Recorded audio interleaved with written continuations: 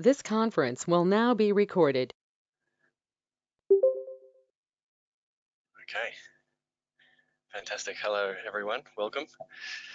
Welcome to our meeting today. Just before we start, it would be good for you to familiarise yourself with the GoToMeeting interface, which mainly involves what you're looking at on your screen and the little chat bar. I'll be asking for a little bit of feedback in the chat bar through the day. And as I said just a moment ago, this session will be recorded and published online. So welcome to our Spatial and Senior session. I'm Mick, and I'll talk about myself in a moment, but very excited to have so many of you come along. I do want to start our session by just letting you know that I'm delivering. I know we're all delivering, receiving it in different parts of the country, which is great, but I'm delivering to you from Turrbal and Yagara lands here, and lands in which sovereignty was never ceded. I'd like to acknowledge that fact and acknowledge elders past, present, and emerging. So thank you all for joining. I'll probably get a few more join as we go. So I'll just be clicking and muting and kind of managing. This is the first time I've used this software, so I'll apologise in advance. We're also recording, and I'm going to make the recording available online. So let's get started. So actually, firstly, I wanted to say, and I know that a few of them are here. We had originally this was to be a face-to-face session, and we had 9 or 10 registrants for that, and I wanted to thank you for keeping that time and using it wisely, I think, and also just acknowledging that yes, we will be postponing as communication has said, and hopefully we can make that face-to-face event happen again. But moving it online, it's been very popular, so we've had to upgrade to the GoToMeeting, and we'll see how that goes. I'm kind of new to it. I've used it 1 or 2 times before, but certainly never with this many people. So let's get stuck in. So there's our go-to overview. I'll tell you very briefly about myself. My name is Mick Law. I'm a geography teacher based up here in Queensland, in Brisbane. I've taught in private and public schools, and for recent years I've been working as contour education, where I basically work with teachers who want to get spatial technologies and other 21st century tools running in their geography classrooms. So that's been the focus of my life. Although the last 5 years I've been with the Queensland government as the, as I called, Senior Education Advisor was their job title, but basically my role was to show teachers how to use spatial tech and encourage them and advocate for spatial tech in education here in Queensland. So that was really fortunate to get to do that.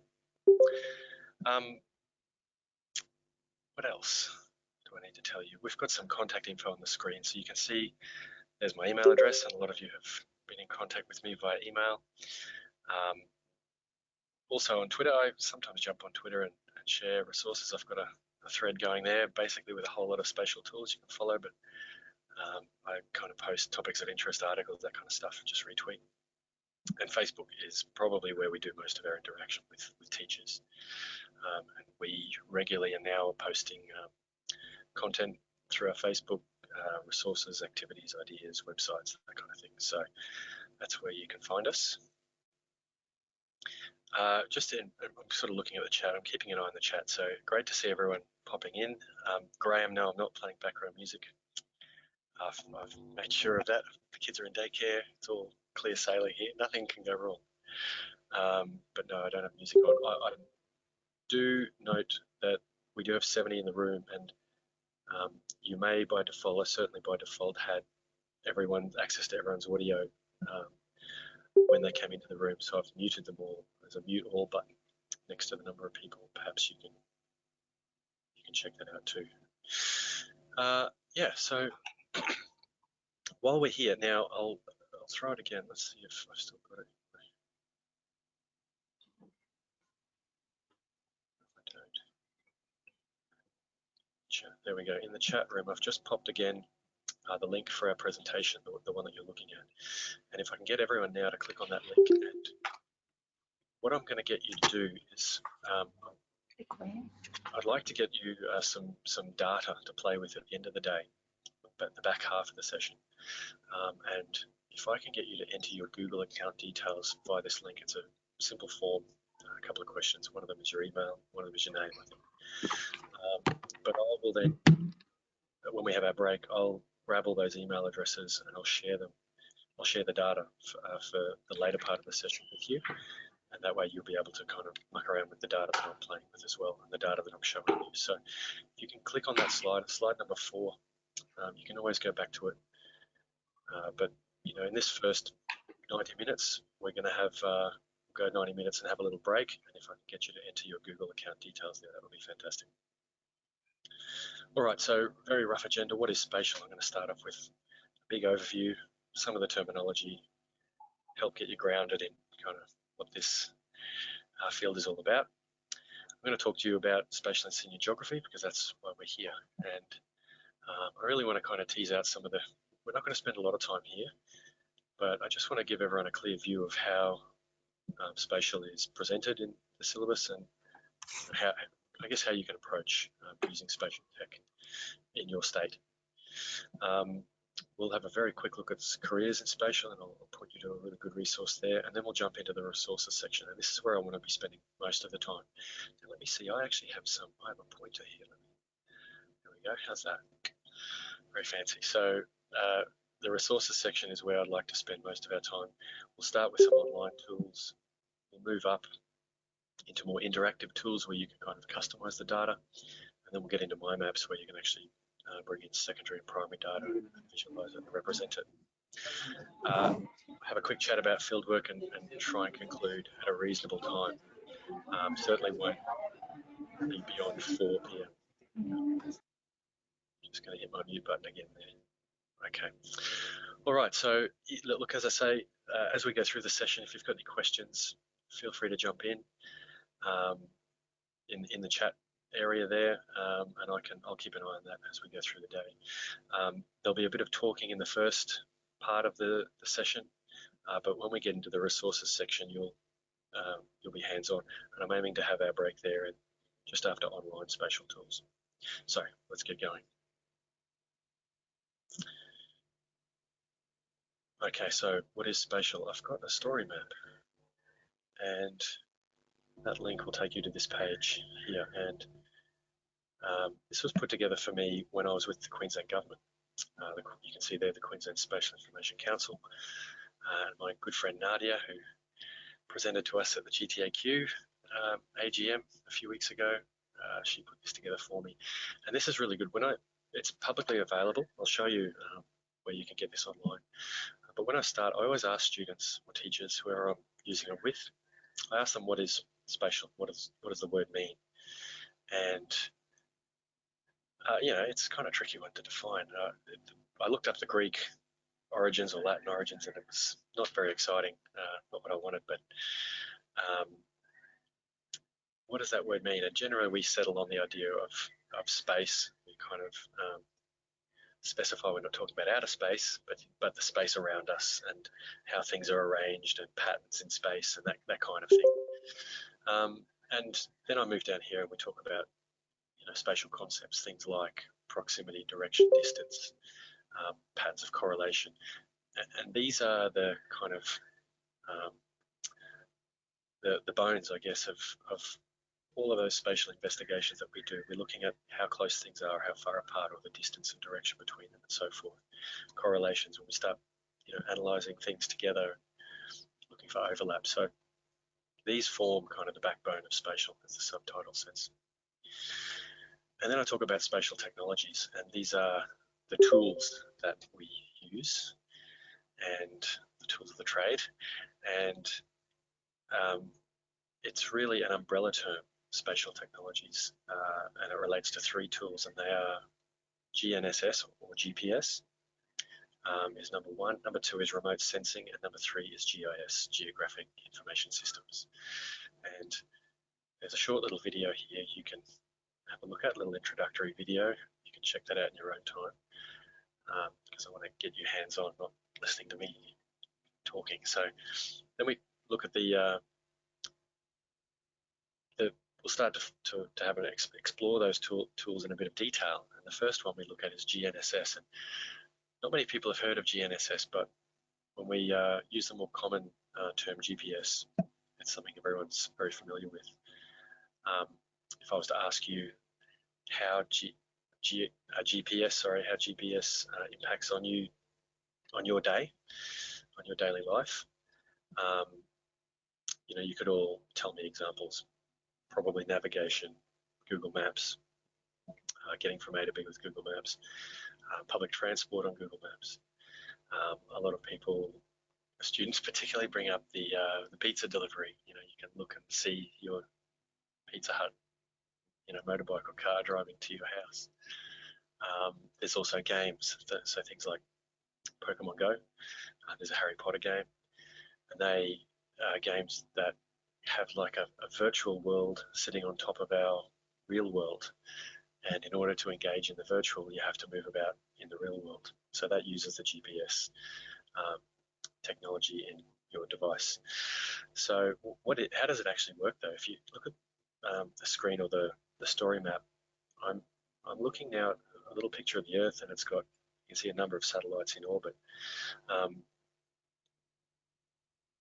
That's essentially an image showing you the GPS network, and the GPS network has 30 odd satellites, and they orbit the Earth, and at any given time your device will connect up with a number of those, sometimes up to 12, 13 I think, depending on the time and where you are. But once you've got a connection to 3 or 4, you can triangulate your position, and it tells you where you are, gives you a position. So that, as we say, that technology can then become useful in a whole range of things for human beings. Positioning, surveyors essentially live by this technology now. Property boundaries and so forth. So it's really fundamental to a lot of things in society, as well as the fun stuff like Pokemon Go and Harry Potter and so on. So that's your GPS or your GNSS. There's the old school GPS units. You've probably got a box of those sitting in PE or outdoor ed. $300 or $400 each. Now there's a stack of these tools you can use on your phones, and I'll talk about that as we get to it.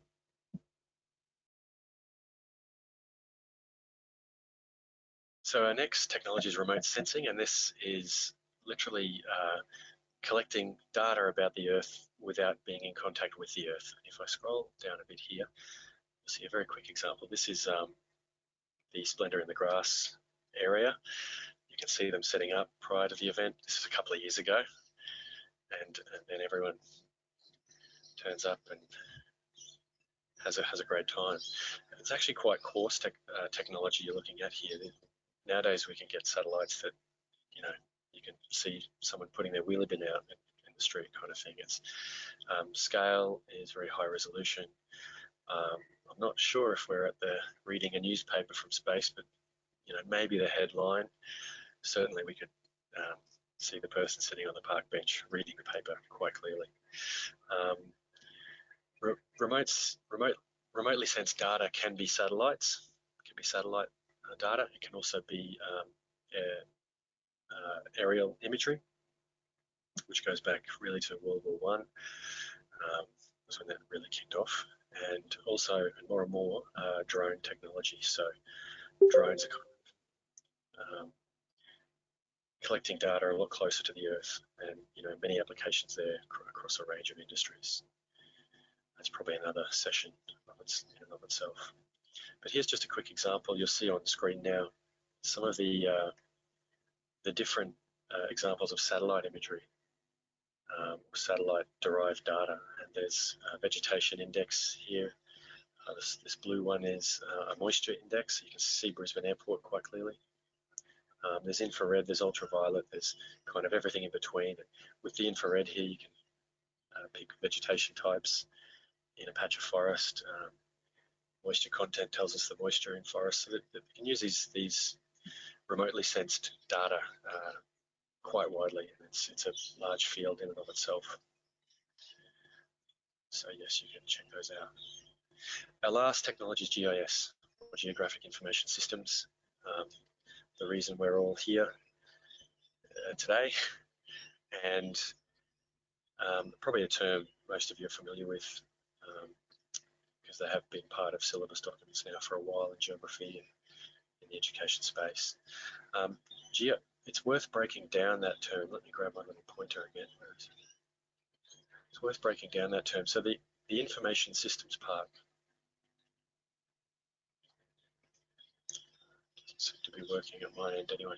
The information systems part, an information system is a database. It's a way of accessing information, but a database. So adding geographic to that, we get a geographic database. That's well, that's really important way to think about GIS as a database that has a geographic component. And with GIS, you know, the database is king. If it's not in the database, you can't use it. That goes for labels, numbers, a whole range of stuff. We'll explore some databases and data later. But here's a quick visual example, and this is the kind of thing we'll be doing. So you can see this is a table of some AVS data, income data for Brisbane suburbs. And we could, you know, using that table, we could probably describe income distribution across Brisbane if we knew, you know, where those suburbs were. We probably could put a rough mind map together and you know, make something happen. But scroll down a bit, you'll see that if we take that data and put it into a GIS, in this case Google My Maps, we can actually visually represent the data on the screen, and you know, we can start analysing it and using it. So that's what a GIS does in a real nutshell. It lets you take data that sits in a table, and it lets you visualise it or represent it on a map. The beauty of GIS is you can start putting multiple layers of data together. So even in my image, you've got my graphic there, you can see we've got our income data. We've also got a map of Brisbane below it. We could then overlay other things. We could put in transport, you know, main transport routes. We could put in, okay, we could put in, you know, income data, education data, a whole range of other applications. Now, I've just got a note there from Ross, sound breaking up. Apologies, Ross. Let me know if it's getting unlistenable, please. So there's our GIS, and we'll, as I say, we'll explore that in a little while. We're going to explore some online tools, so I'll give you a chance to play with some tools. Here you can see some data that's sort of rendered differently from GIS, but I'll let you explore that at your leisure. Now, at the bottom of the what is Spatial story map, I'll just point out there's a link to the careers website that I'll talk about later, and also to some teacher resources I made when I was with QSIC Education, and I'll point you to a few of those today anyway, but just know that those links are there. Okay, so that's the kind of introduction. Any questions now? Okay, thank you, Ross. Yeah, if you've got a question about any of that kind of basic overview stuff, now's a good time. I'm just keeping an eye on the chat window, nothing coming through. Right, so we might push on. Just feel free to throw questions into that chat as we go, folks. Right, so there's our what is Spatial. I just also wanted to talk really quickly about kind of the way I view these tools. So I've actually got, I just spotted there, I've got my numbers around the wrong way, so apologies. But you could look at these tools in a number of ways, and I think this is a nice visual metaphor because the online spatial tools that we're going to start with, so ideally number one, this kind of forms the, you know, the base of the pyramid, if you like. By far the majority of spatial information is delivered in this way today for ease of communication. It's usually freely available, usually easy to access, simple tools, and you know, we'll see a lot of those today. Then we move into more kind of intermediate tools. I've called them interactive spatial tools. So these allow you to actually create your own data, import data, edit data. Limited in functionality, probably have more functionality than the online tools, but still there'll be times when you'll wish you could, you know, do that one thing and you just can't. That's where you need to go to the industry standard tools, and there's not many of those in use today, certainly in schools are, well, by that I mean in schools. In the wider world, there's plenty, but in schools there's not, so hence the top of the tree. Far more powerful than the stuff we'll be using today, but a very steep learning curve, as it says there. So, you know, we'll leave that to another webinar sometime in the future. All right, so I think just adjusting myself here. All right.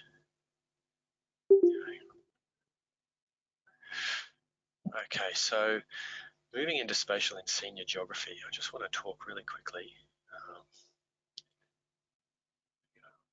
Too many bits of software at once. So I just want to talk about how spatial is viewed in the different syllabus documents out there. Let me see, there we go. So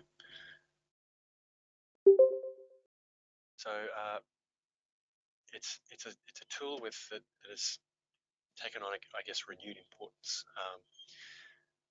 Spatial technologies have been around since the 1960s, and they've primarily been used in natural resource management up to about the 80s, I guess. They really started to take off commercially with mining sectors and local government, finance, insurers, and so on. Now they're quite widespread, and they're used in most industries in some way. However, there's always been that lag between the sort of industry and schools. So over time, maybe over the last 20 years, we've seen spatial tech start to be mentioned in syllabus and curriculum documents. And now we're looking at a situation where spatial tech is mandated across all, and in our case, we're talking about senior geography. So all states mandate the use of spatial tech in some way. And how they mandate it is slightly different, but it certainly is mandated.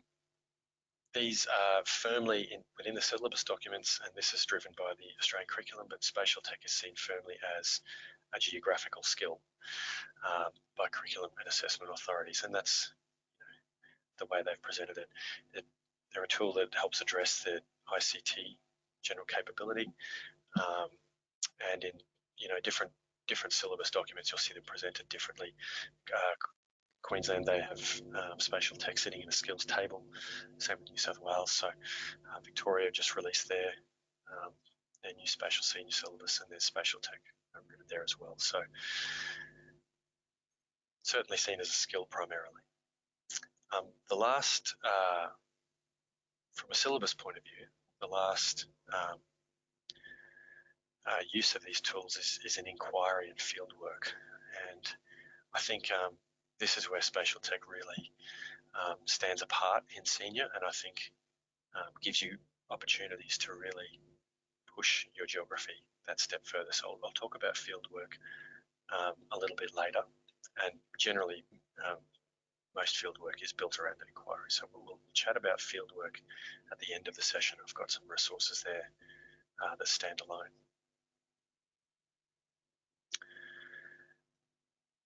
All right, so sorry, any questions there on just on spatial from a curriculum point of view? Does anyone have any? It's probably worth taking a minute now to see is there anyone out there with a specific question that relates to spatial. If you're a bit shy, you can send me a private chat message. That's okay, and that of course goes through the whole session. Or you can send me an email if your question hits you at 2 o'clock in the morning, which is often the case.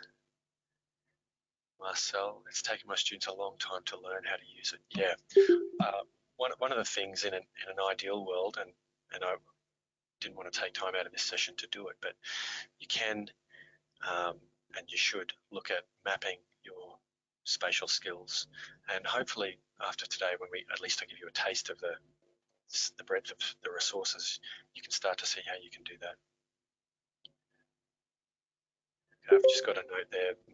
One problem is getting metadata.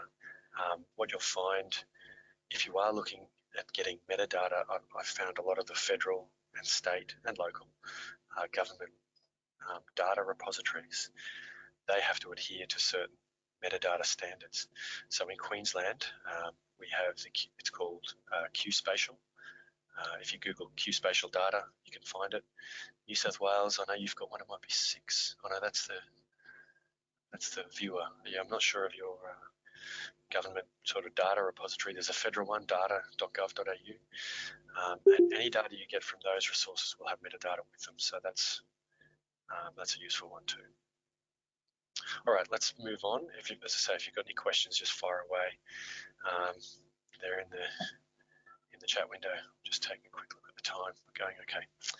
All right, so spatial careers is the next thing I wanted to talk about, and we can all remember. Can you remember a time pre-Google Earth? It's sort of good. Well, I'll tell you, Google Earth came out in 2006, so it wasn't that long ago. Google Earth was really the catalyst that turned spatial tech from a very kind of nerdy inside specialist technology into something that everyone can access and everyone can use. And it brought that wow factor to the people, which has been fantastic. As the digital technology gets better and better, and as spatial becomes more embedded in society, we're seeing more and more applications, some of which we've talked about already. So, you order a pizza and you can follow the little pizza driver as they come to your house. Phones these days come with a whole range of settings.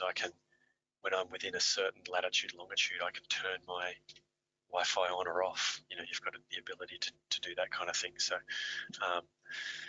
spatial tech is sort of permeating through our society, and we've got lots of different ways to access these tools. As a resource, I wanted to point you to this one. It's called geospatialscience.com.au, a group I was involved in helping establish and get going. I've just got a couple of questions have come through here. I'll give you a quick blurb of this career stuff, and then I might come to those questions.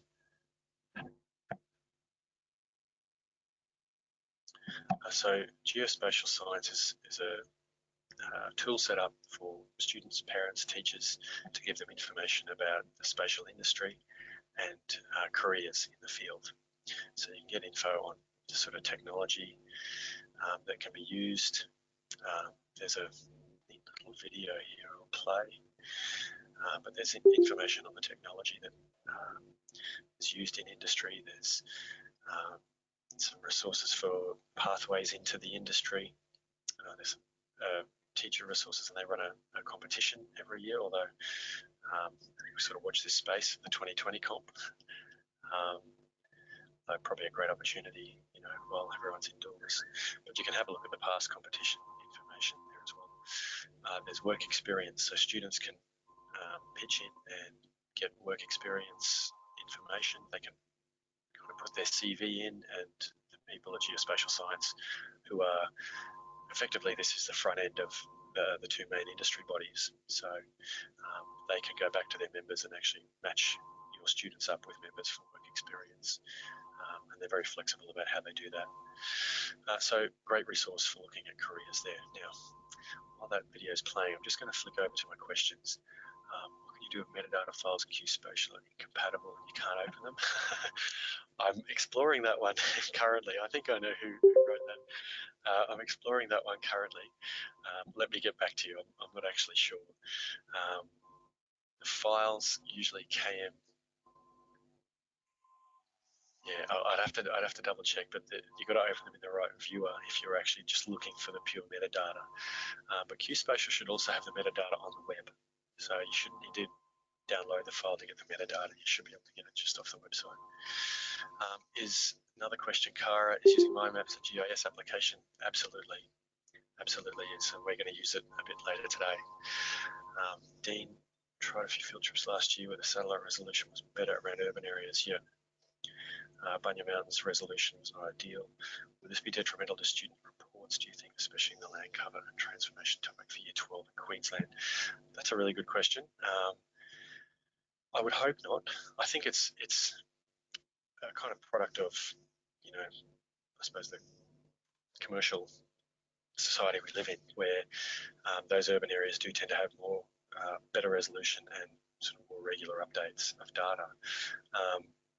Given it's kind of an industry standard anywhere, the only way to get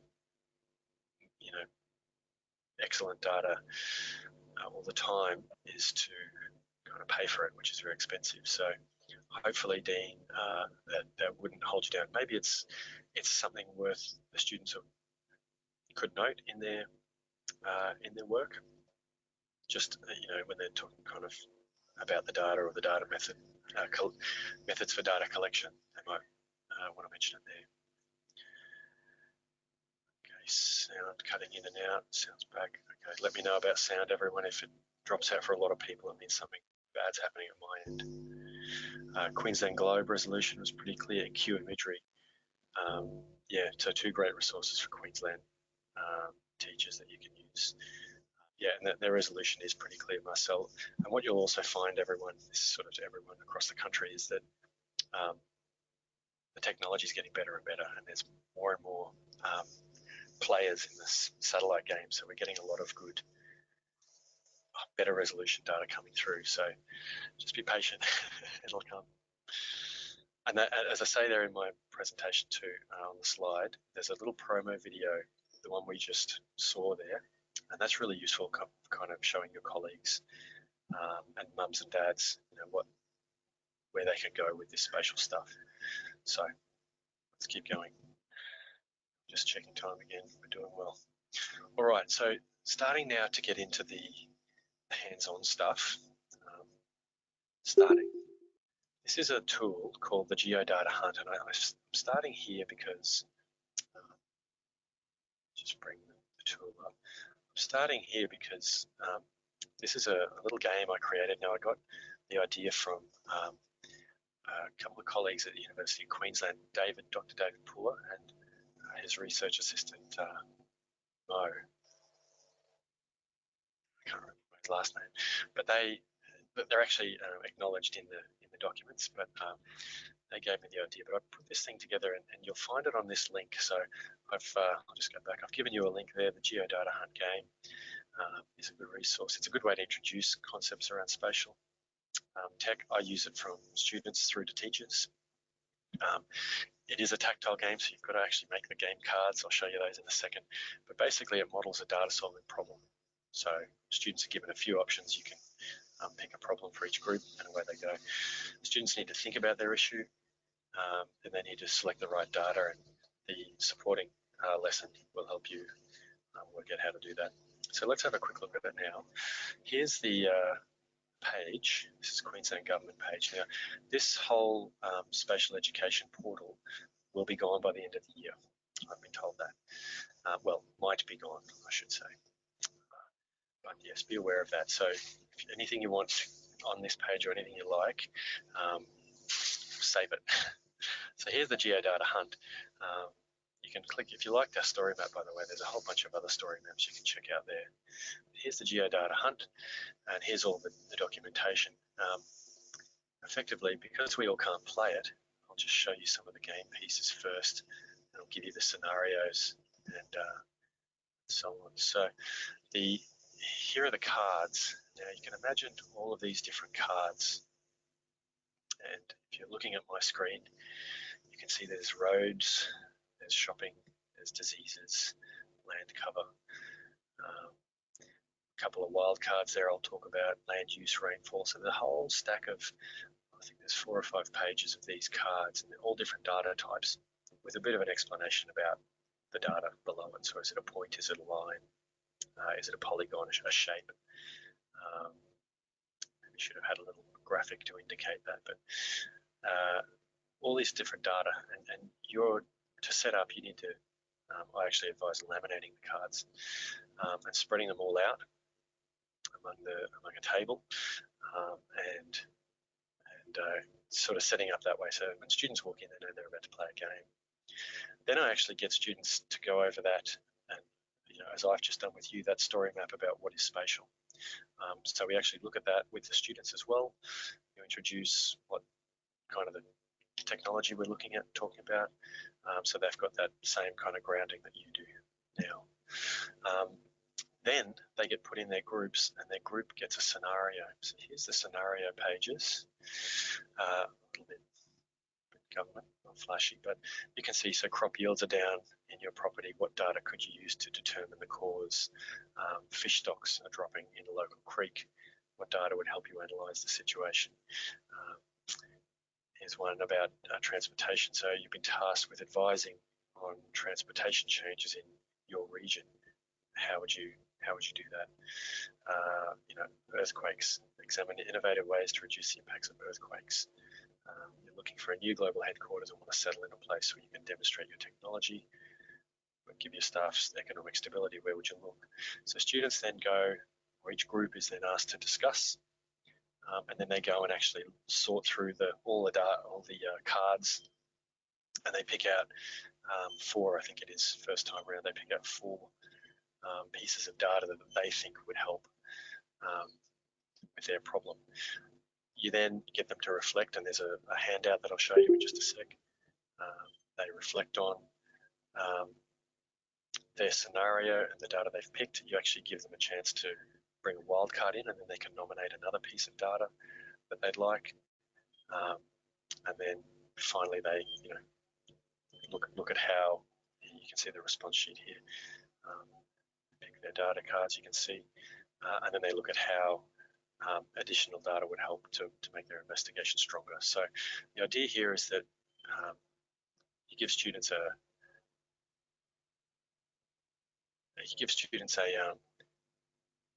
sense that spatial tech isn't just a computer program where you hit a button and it tells you an answer, that you actually are using spatial tech as a tool to help you. You're the thinker, you're the brains, and you need to analyze the problem, pick the right data, go about it the right way. So that's the kind of gist of it, and it's a good little introduction to spatial tech. It's also a bit tactile, which is, a lot of this stuff's on computer, of course, so it's good to get the kids moving. So just looking over at the chat here, I can see Jane has mentioned ACT Map I. It's really good for ACT people, so it'll have ACT data. Just while we're on different states, I know Victoria had LandVic, I think it was called, and you also got credit to spend on spatial data with one of the government departments. WA has LandGate. I'm not sure if that's publicly accessible. I know South Australia has some public data too, but I can't quite recall the name of it. Jen has asked, how did I get the resources? Jenna, I've got a link in your presentation. So I just went to the wrong slide, but I've got a link in there. You'll see under all ages there. Cool. Yes, LandVic. Thank you, Trish. Q lumps. It's very good. I haven't seen that one, Dane, but I'll check it out. And Geoscience Australia. Yeah. Yes, of course, they've got lots of great data.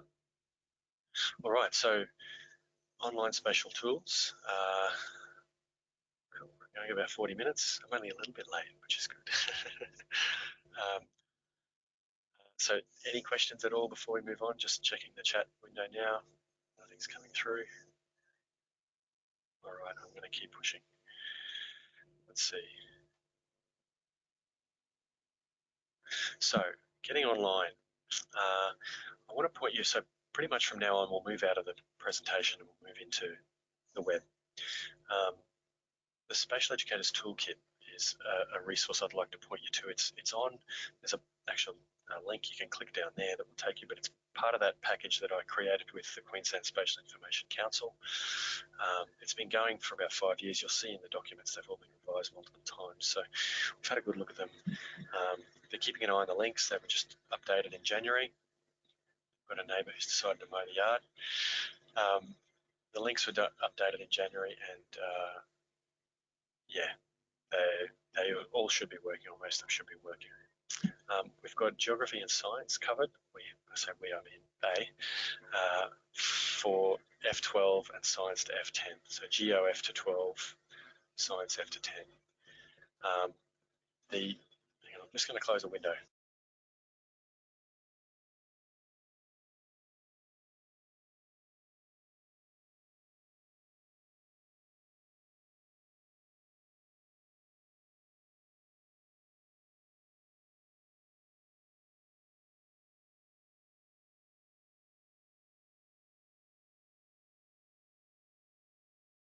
Okay, sorry about that. So Spatial Educators Toolkit you can access here. We've got geoscience, geo and science covered. The activities are mapped to the Australian curriculum, although we've mapped the senior Queensland curriculum for geo. Lots of activities. I've mapped them around each curriculum topic, and then I've put in kind of inquiry questions to separate them further. So you should be able to sort of slot them into your work program pretty easily. Yeah, and really the reason I'm pointing you to that now is because all of the online tools we're about to look at can be found in this Educators Toolkit. So I'd encourage you to bring that up. You know, when you get a moment later on, you can go back and have a look at the unit of work you're doing and see if you've got resources that fit. So let's get online. Now, if we can, and of course you guys are encouraged to follow along. Let me just get out of the presentation now. We're going to start with a bunch of tools. In fact, I've hidden my slide, so I'll pop that up by when we have our break. But it's actually going to be quite easy for you just to Google these. So if you can Google the first one, it's called Google Time Lapse. I'm just going to clean up my screen a bit here.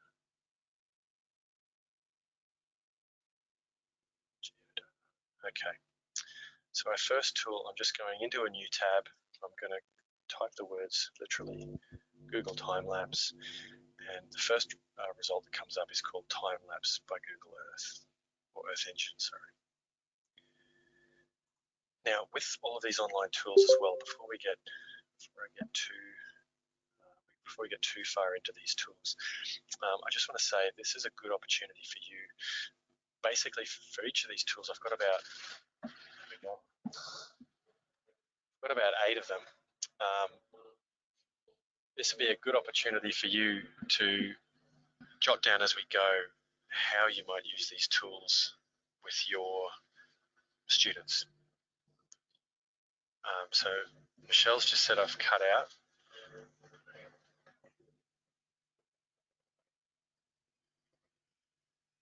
Yes, okay. What I might do is I might pop the URL in the chat. That would make it easier for everyone, wouldn't it?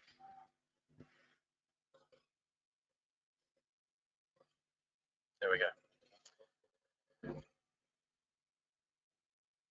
Okay, so let's have a look at our Earth Engine to start. Now, apologies, the lawnmower is my direct neighbour, which is right outside this window. I might even be able to move in a moment. But yeah, Google Time Lapse, it's a fantastic resource. Let me know if the noise is too much. But it's a great tool. Allows you to see describe it. It's a repository of imagery from every point on Earth over about 35 years. So you can see we start in the 80s, it goes through to the 2000s, it starts about 83, 84, it goes through to 2018. You can pick anywhere on Earth. So if we go to, we'll go to Brisbane, I'll just show you some of the features we've seen in our local area, and I'll let you have an explore. So you can see it's searching. My internet's a little bit slow, I think because we've got the webinar happening. But as we go in, it'll zoom in, and it should update, and it'll give us all of that information. You can slow the update or the sort of time scale, slow it down a bit. My internet's having a good think right now.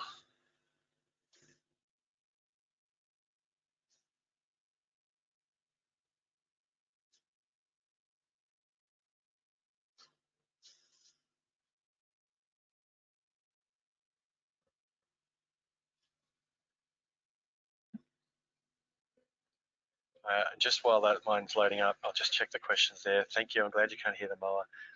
Lauren, yes, I'm recording the presentation. And if all goes well, I'll be popping it up on YouTube. If it doesn't record well, because it's going to be a 2-3 hour long video, I will just do a screen grab of my presentation for you. All right, so you can see Brisbane, and it's really fantastic. So you can kind of see as Brisbane and the Gold Coast urban areas start to connect up, you can see the housing developments coming in there along the northern Gold Coast. What I really like, and I encourage you to go and look at your local area, but what I really like is out here on Stradbroke Island. If you know Stradbroke Island, it's we do sand mining. We're about to wrap it up with the sand mining, and you can see those sand mines snaking across the island. You can see bushfire years when they've had a big bushfire. So some fantastic applications there. One was pointed out to me was if we go to a place called Double Island Point, which is off sort of just north of Noosa, you get this fantastic real life example showing you longshore drift. So I'll leave you with that one. I'm going to mute my microphone because the mower's been joined by a whippersnipper. So I'll hit mute. I'll give you guys 5 minutes or so, 4 or 5 minutes only, to have a real quick play with that. So it's 1:49 on my clock. At 1:53, I'll pop back in. We'll do a quick review on that one and move on to another online tool. So explore and play. Think about how you could use this tool with your students, your classes. Think of all the changes you can see. There's Google have given you some examples there on the left: mining, forestry, desertification. There's a whole bunch there. So check those out. I'll let you have a play. I'll be back in 4 minutes.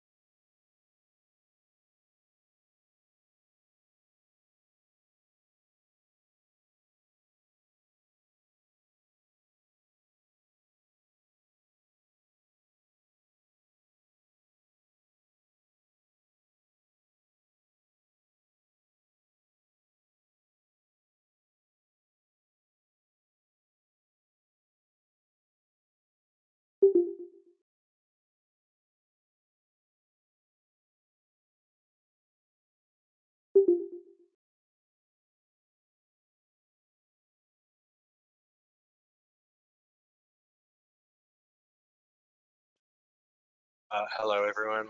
Sorry to interrupt, but just for those of you who are having a few issues, perhaps try. Generally, Internet Explorer or Microsoft Edge don't really work too well with a lot of these Google tools. So jump into Google Chrome if you have it, or Firefox as a secondary option there. So those two browsers these tools should work a lot better in those browsers. Okay.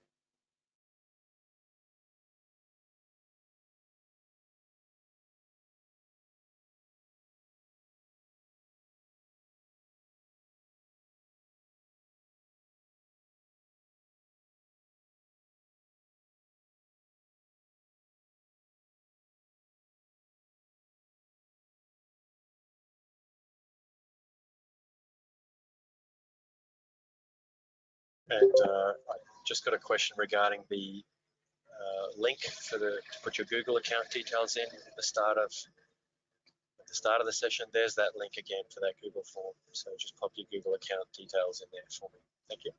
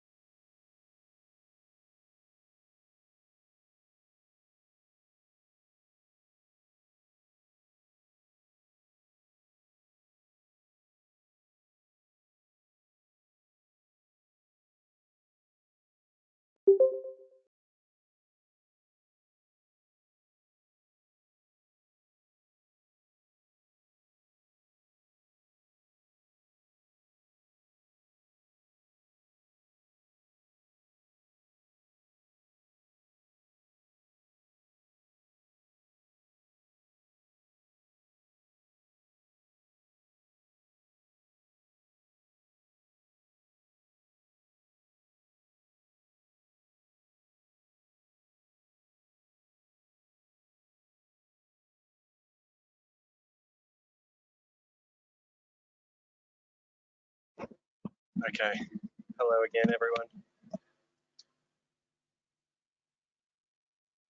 Sorry. So the message I got there regarding the link and entering your Google account at the start of the session, I just require everyone's Google account so I can share the data with them for later in the day. So if you can pop your details in there now, when we have a break in about 35 minutes, I'll share the data with everybody through that form. Now, where am I? I'm on the wrong screen. Here we go. So just that question about the metadata with Spatial. I have had a question through Facebook on that, and I haven't had a chance to sit and play. But basically, Spatial will download a piece of data. You can actually see the metadata on the web, so you can read through all the metadata on the website itself. The data, if the data's not opening, it's going to be because you're not using the right software. So it's just a matter then of finding the right software for your data. Most of the spatial data, though, should open in that QGIS, which is one of those industry standard bits of software. It is open source, so it's free. It's kind of like a free equivalent of Esri's ArcMap. So I'll get you there. Okay. So Nicole, Amy, the link for Google Drive, you actually, there's a link just to, hang on, I've got it here. Hang on, there's a link there. Here's the link, and that'll get you to that form. All right, yes, and definitely better resolution in more recent years is, of course, that improved satellites, exactly, Debbie. All right, so you can't download the time lapses, Jenna. Probably screenshot them. No worries, Nicole. No worries. All right, so moving on to our next tool. I'll bring it up and I'll pop the link in tab for you. So there's probably one I use all the time. It's Earth Null School, and it's an absolutely brilliant tool. And you may have all seen it. Yes, myself, screen capture to record those little videos. Yep. Mic cutting out. Okay. Let me know if the mic keeps cutting out. So here is the. I'm just going to put the chat away for a second. Here is the Null School Earth. You'll see if you Google the three following words: Earth Null School, or actually, I shouldn't put the chat away. I'll stick that URL in the chat for you. There you go. That should get you to the tool. So Earth Null School, if you're on your own tab, just have a quick look at my tab. I'm going to take 1 minute just to show you some features, and then again, I'll let you have a good play with this data. It's been created by a guy, if you click on the About section here. So in the bottom left corner, you'll see the word Earth. You'll see it down there. If I click on that word Earth, I get this menu. It looks quite intimidating, this menu, but it's actually really logically organized. I'll show you in a minute. If you click the word About in the bottom left again, you'll get all the information about the website, about when the data is updated, about all the different components the author used, this gentleman here, Cameron Beccario, all the components he used to make the site, where he sourced all of his data. Everything is open source. So everything, even his colors, his fonts, the whole lot. So you can grab all the information you need about the site there in that About section. But the tool itself, you can see it's a globe, so you can click on the screen and rotate the globe around. If we click on the Earth button, we have, this is probably the most important, so let me get my highlighter. So this section here, the mode section, where you've got air, ocean, chemical, particulates, and space. This is probably the most important part of the data set of the tool. In there, you can change between your different modes. So you can see we're looking at air, atmospheric data currently. but if we can change that to oceanic data, we get sea wave heights. If we go to chemical, we get chemicals in three different chemicals in the atmosphere.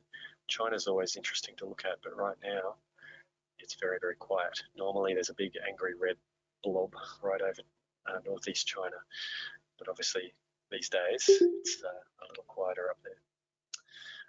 So where chemicals are kind of human or manufactured chemicals in the atmosphere, particulates relate to more naturally occurring debris, I guess, like sand, sediment, volcanic ash, that kind of thing. That's all covered. So here, for instance, if we look at the Sahara, there tends to be a bit of dirt, particulate matter through sand and sediment. Whenever Iceland has a volcanic eruption, you can always see it here. And then the last mode there is space, which just this stage just gives you the probability of viewing the aurora at any given time. So you can plan the next Norwegian holiday. But the air and the ocean in particular have some great data sets. So here's back to default. We have our wind data, nothing particularly exciting happening around the world, no cyclones or anything like that, but we can change to air temperature. So that gives us the current or very recent air temperature. It's about 15 minutes old, I think. Let's go back to us. And these overlays, I should say, these are sort of additional layers. So defaults to wind, but you've got temperature. Now these ones RH, if you hover your mouse on the acronym, it then tells you what that is. So RH is relative humidity, and you can see how that changes. 3 HPA is 3-hour water accumulation. There's a whole lot of others. MSLP is sea level pressure. So whenever you do have a cyclone event, I see one. Yeah, there was something up here in northeast USA. Looked like a bit of a swirly wind, and you can see the air pressure changes around the movement of that wind. So really useful checking that out.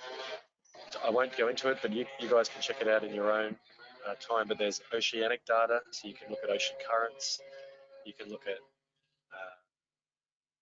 sea surface temperature come up as well. Here's a couple of new ones I haven't seen before.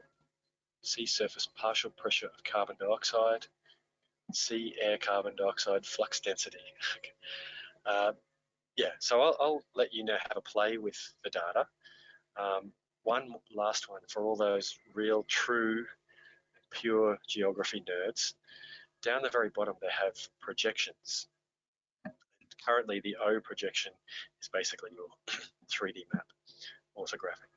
But there's a whole bunch of different ways to project 3D data onto a 2D globe. And you can flick through those different projections, see all the different exciting ways. One of them, though, this equi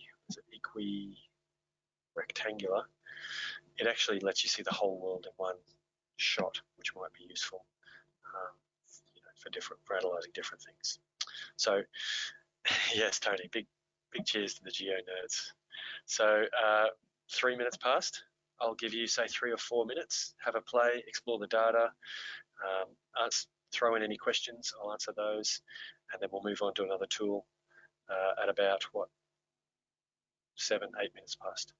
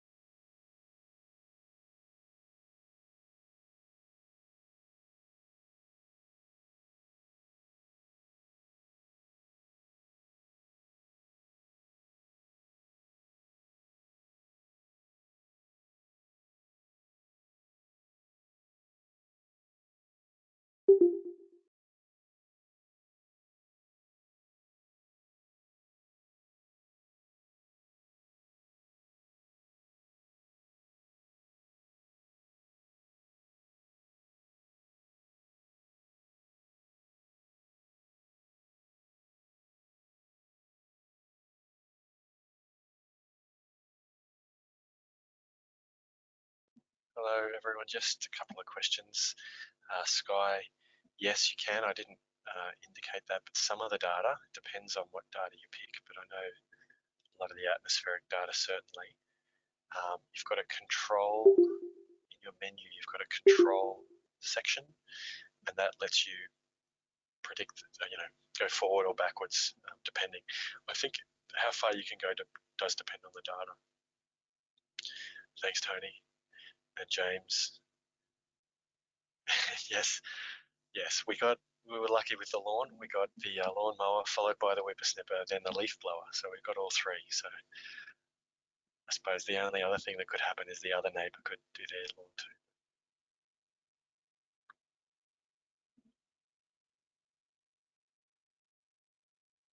If you haven't already as well, everyone, there's in the air section, there's one called MI. If you bring up that MI and you hover your mouse and find out what it is, it's called the misery index, which is a fun one for students. Get them to work out what the data might be, what the cutoffs might be for the misery index. But it's essentially really hot and really cold places on Earth, so places that are miserable to be in right now. Yeah, so that's another interesting.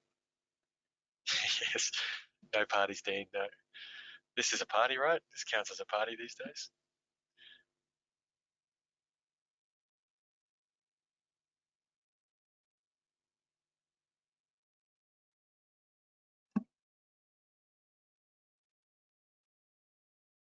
Yes, Debbie. The Tuesday, yeah, not a tool I use a lot, but yeah, that'd be right. You could go back exactly and get that particular data from our fires. Yeah, that was a good one. Graham, if you look, I'm not sure, Cara, I'm not sure which one I just said. But Graham, you change the date in the menu. I'll grab my highlighter. Where is it? My spotlight. Here we go. In the menu, there's a control section, and you've got these forward and backward buttons. And I think the one chevron gives you 3 hours or something, and the two gives you 2 days. Cara, yes, the one I said, sorry, the misery index. So it's the one I'm looking at now, and it's you've got to have the air mode turned on. I should keep that up. So you make sure you have the air mode turned on, and it's this one, MI. Okay, so we might move on. I do want to give everyone a break because I know this online stuff you can only concentrate, really for so long. So let's keep going. Let me see. Let's keep going. So we've had a look at time lapse. We've had a look at Earth, global forest watches next. Okay, so this is a great tool. I'll bring it up and I'll share the link with everyone. I'll make sure these links are all in the presentation as well, so keep your eye on that. I'll update it. And here's the map.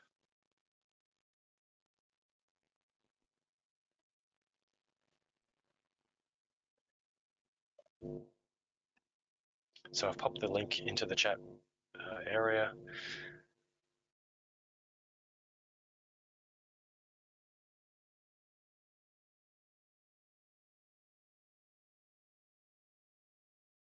Sorry, Dane, I'm just clicking your link so I can save it for later. All right, so this is the Global Forest Watch tool, and so as I said before, the online tools, they tend to be kind of around one theme, or they tend to be kind of, it's not an open slather with data. This one's very highly themed, it's around forests. So your default map that you land on is this one here. Let's go to Australia. There's other boring parts of the world. And the default map, as you can see in the legend area, it tells you three things by default. One is tree cover gain. So I'm going to go to Southeast Queensland because I know this area pretty well. I can comment on some of the stuff, so just internet slow. So as that loads up, the blue shading refers to tree cover gain, and the criteria for that is it has to have been a positive gain every year for 12 years. layers, as a tree grows. The pink color relates to tree cover loss, and that only has to happen year to year. Because once a tree's cut down, it's going to take, they say, every 12 years to get back to where it was. And then the green relates to tree cover as a whole. So you can see they're displaying tree cover with greater than 30% canopy density. So all of this data is derived by satellite, and there'll be an algorithm in a piece of software that will read the satellite imagery and determine A, where tree cover exists, so our green, B, where tree cover has gained over time, so it'll compare back to data over time, that'll give us the blue, and then C, tree cover loss. So what was here last year, is it gone this year? That pixel becomes pink. So if you look around Brisbane, you can see Brisbane there, the bottom of the map, but we can see big strong patches of blue north of Brisbane, and I'm sure those of you who are from the area will know what they are. They are I was going to say council, the state forests, state pine forests, and they are managed. And you can actually, as we zoom into this one, north of Brisbane,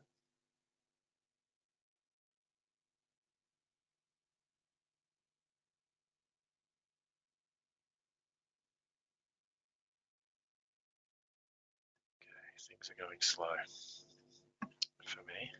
I think because we've all hit the side together. So you can see this area north of Brisbane here. This is just near Caboolture. A lot of loss on Bribie Island National Park. A lot of gain on Bribie Island. A lot of gain in those pine forests. But then those little patches at the very northern end towards Caloundra that they've chopped down recently. You can see all of those little sections get chopped out and removed. So straight off the bat, we've got some useful data, but I want to show you some other bits and pieces here, and then again, I'll let you all have a play. So first up, your base map. Down in the bottom right corner, you'll see a little map settings button, and you can go in and pick different map types. So you can pick a Landsat image, a satellite image, and so forth. So that's one tool that I'll show you. Let that satellite come up. Over on the left, you've got some really cool layers. So you can see on the left we've got forest change, land cover, land use, climate, and biodiversity. So as I click on each of those, I get additional layers that I can pop in. So if I look at land cover, for instance, I've got primary forest, land cover types, mangroves. We can see, and they'll pop up on my map in that sort of teal colour. With land use, we've got they've called it commodities, so logging, mining, palm oil, etc. So if we go and have a look at Borneo, let's just see, this might take me a while to navigate, but if we go and look at Borneo, I'll bring up some palm oil concessions, and you can see palm oil mills as well, so you can imagine a lot of the clearing occurs around those. So yes, we're going very slow. I might just let you play with that one. In fact, I will let you play with that on your own. Go and check out Borneo and have a look at palm oil. Climate and biodiversity as well give us additional layers of data that you can check out there within your map. So, but I want to show you one other really cool feature, and I'll just zoom back into Caloundra. So apologies for me if you've got vertigo. There's a really nice feature that in the legend, or next to the legend, there's an analysis tab. And if I switch over to that analysis tab, you can see I've got this option to draw a shape. So I can click on draw shape. This click layer, this lets you use the political boundaries, and it'll analyze based on that boundary. So you can tell for Australia, what our particular data is. But we're all doing local stuff these days. So let's just have a look at this area. I'll just pick a rough area here and draw a very rough square, so you can see. So you can see I've drawn a square on my map. I've double clicked. It's going away and having a good think.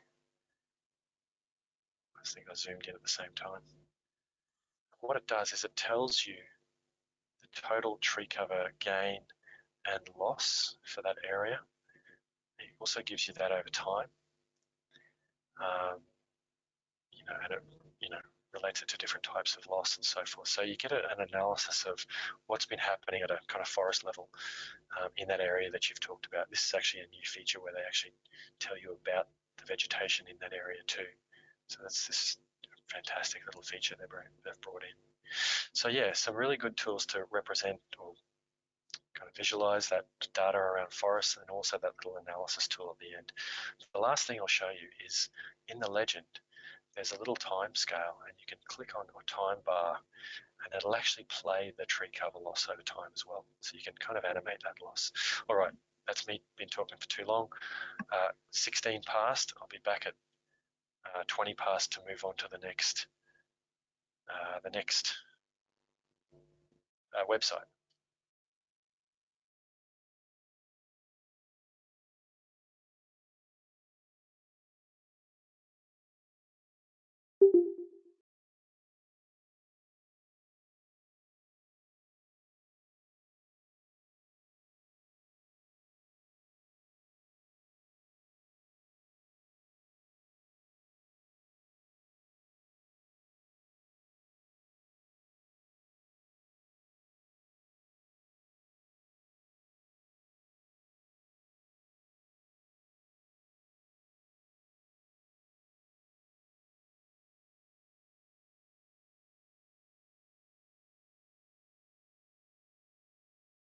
So Marcel, the polygon tool, if you watch my screen now, you'll see that where you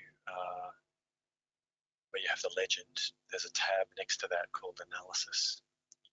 If you click that tab, there's my results, but if you click that analysis tab, it looks like this. You've just got to change it from click a layer on the map to draw or upload a shape. So this one here, we can pick a political boundary. If I click now, it would analyze all of Australia's data. Oh no, it's gone down to the Sunshine Coast level. So that's good. That's a good regional overview. So that's really good data for anyone working with forests at a regional scale. And of course, you can draw your own shape to analyze forests at a local scale.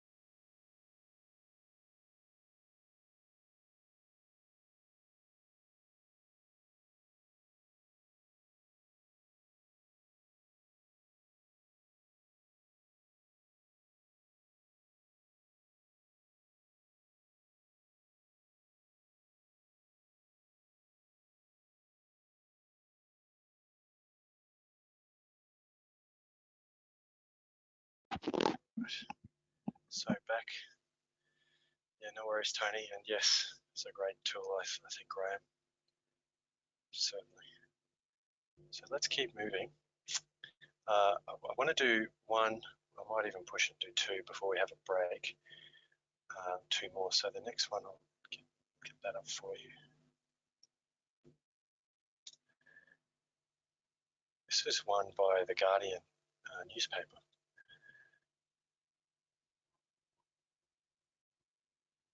And they have, they've got a guy here, Nick Evershed. He does some really good data visualization stuff. All the Guardians, the UK and US, have some really good visualizations on their websites. You can go and find them around everything they do. Triple J Hottest 100, as well as stuff like the stuff we're going to look at. So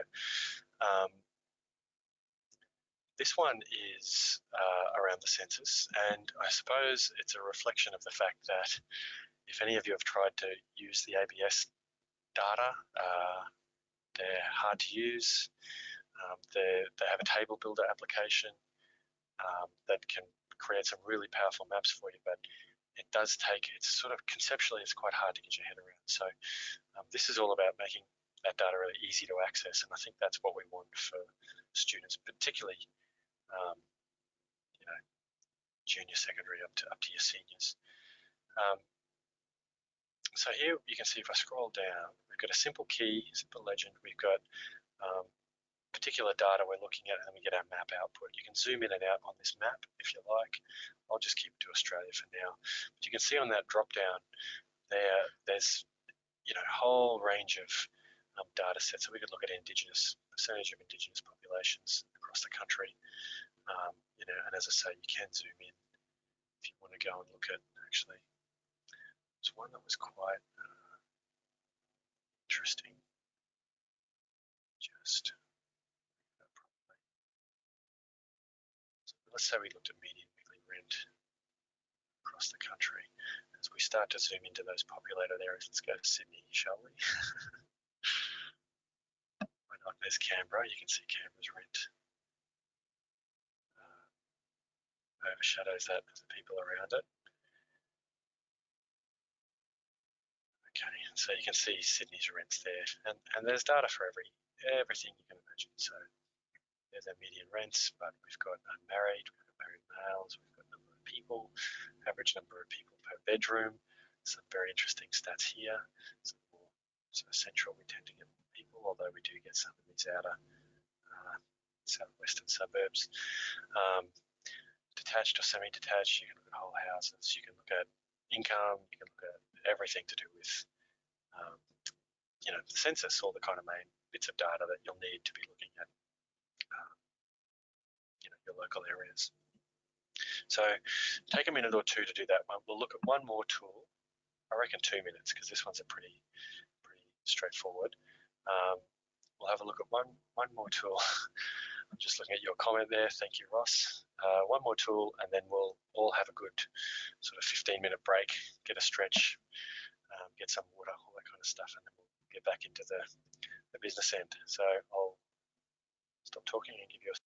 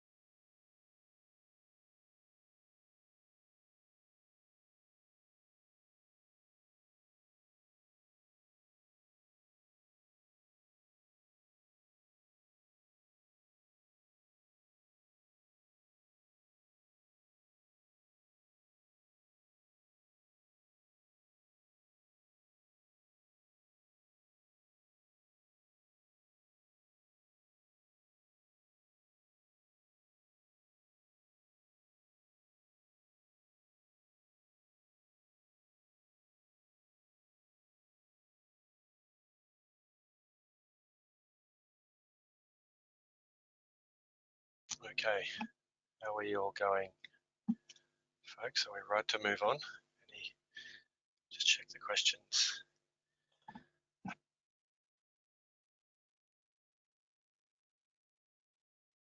Okay, looks like my sound dropped out. Could someone just let me know if you can hear me now? Oh, okay, no, taking a break.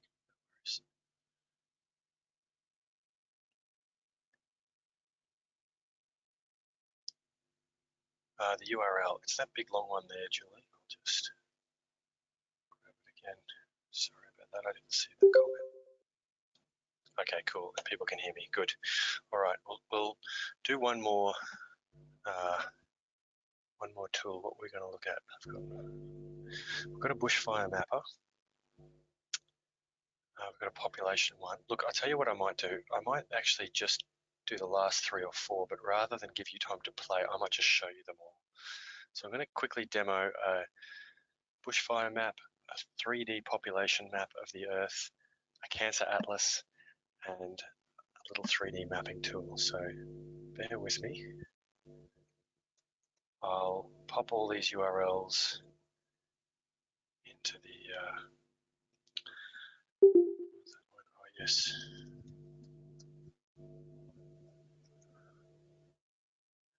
And as I say, I'll update these. I apologize, I actually thought I put all these URLs in the presentation, but I didn't.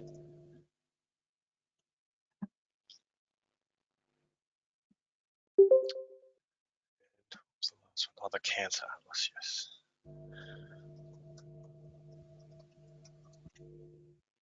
Okay. So what I'm going to do is I'm going to run you through these tools. Trish can't see me.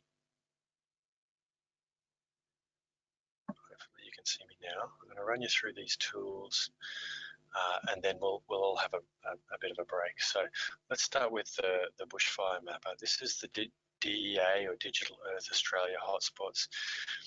It's a federal government initiative. I see Graham there. We used DEA hotspots during our big fires the last few months here. That would have been really popular.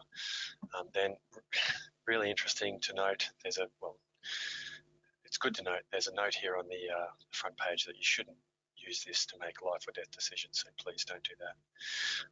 You can see they've got some additional features they've been adding, which is good, and there's a good help section which you can check out. But basically you get a satellite-derived map showing you where bushfires are occurring around the country. You can see on the left we've got a scale in terms of time, so the colour relates to the time of the bushfire. They should all be the same size dot. The colour just relates to time. You can bring in additional data, so you've got a layers section up here in the top left, and you can see there's a whole stack of, you can change the base map. There's a bunch of different base maps there. You can just use a plain map if you like.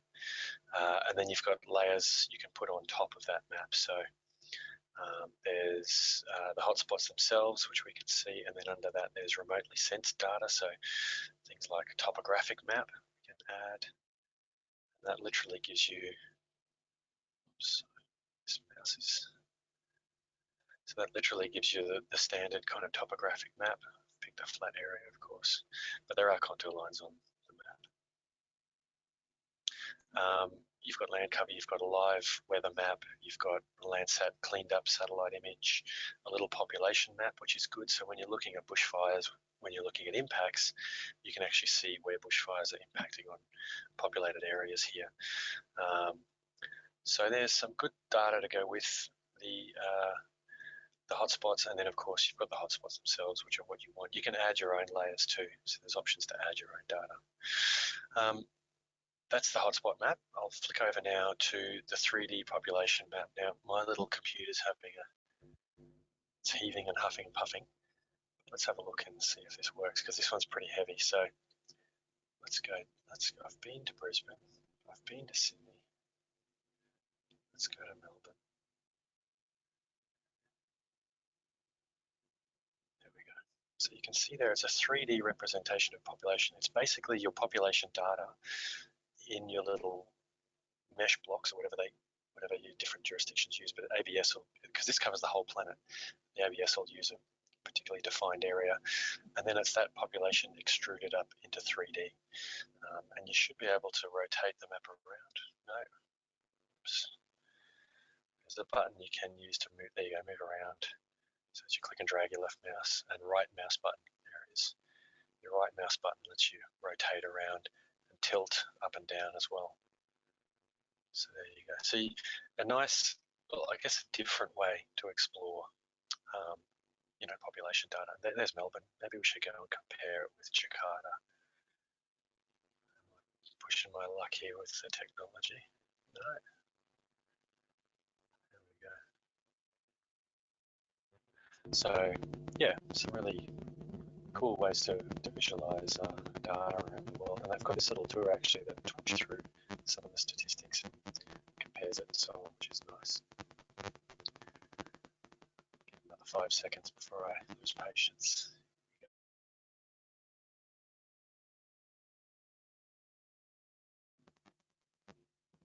There we go. So obviously lots of people in Jakarta, Indonesia.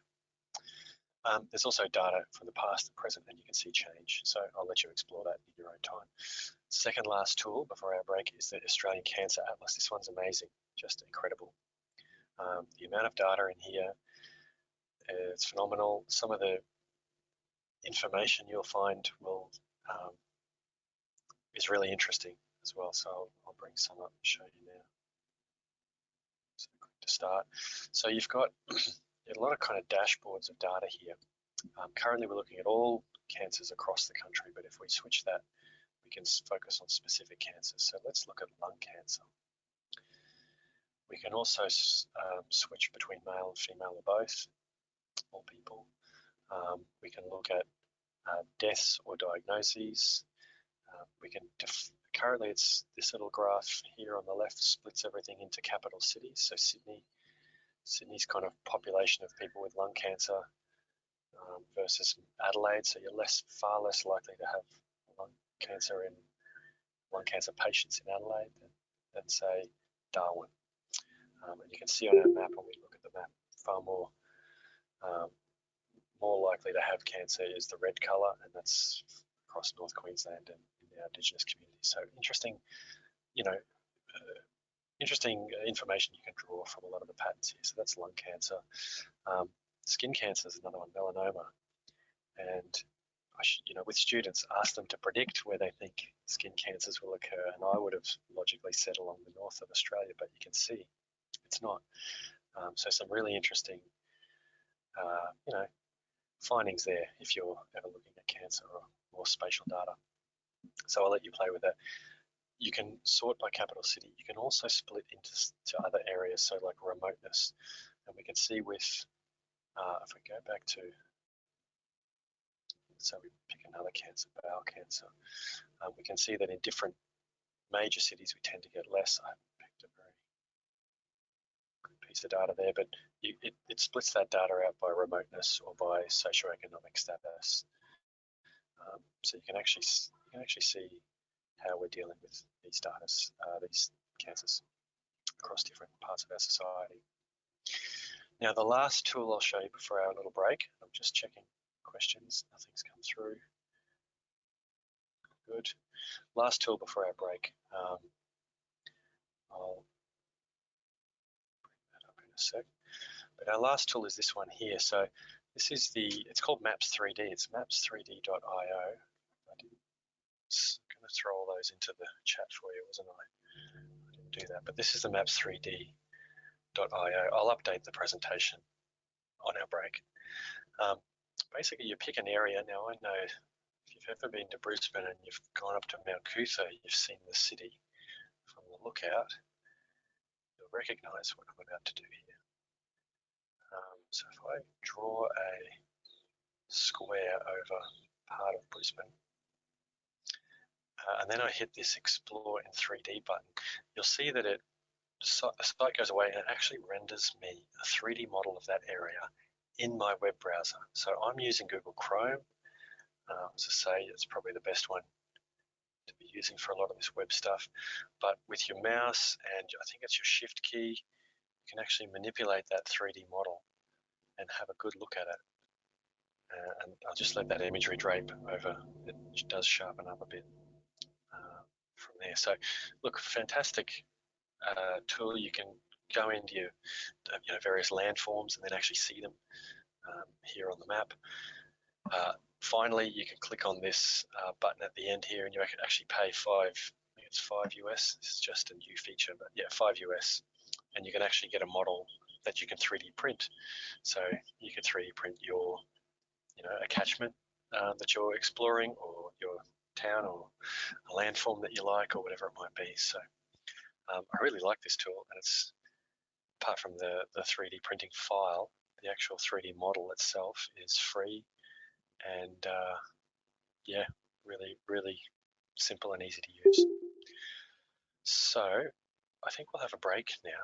I'll just have a quick look in my chat window and see if I've got any questions. No? Okay, no more questions. So look, if you've got any questions, pop them in the chat over the next few minutes. Is 15 minutes okay? So I've got 35-ish, so we'll say 52:50, so 2:50 Queensland time. I think we're a little bit behind most of you, but so in about 15 minutes we'll reconvene, and I'll see you then.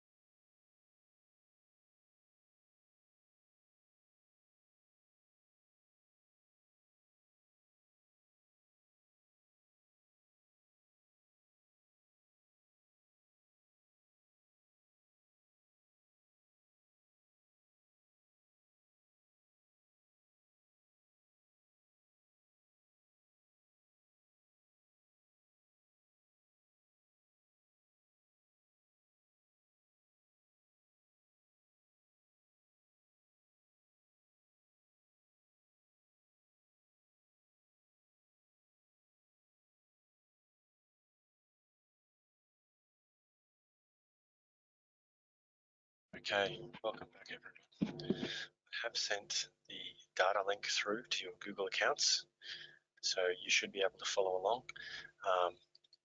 With the data, when you go into your Google Drive, you should find it there in your shared with me section. So I'll just bring up my Google Drive.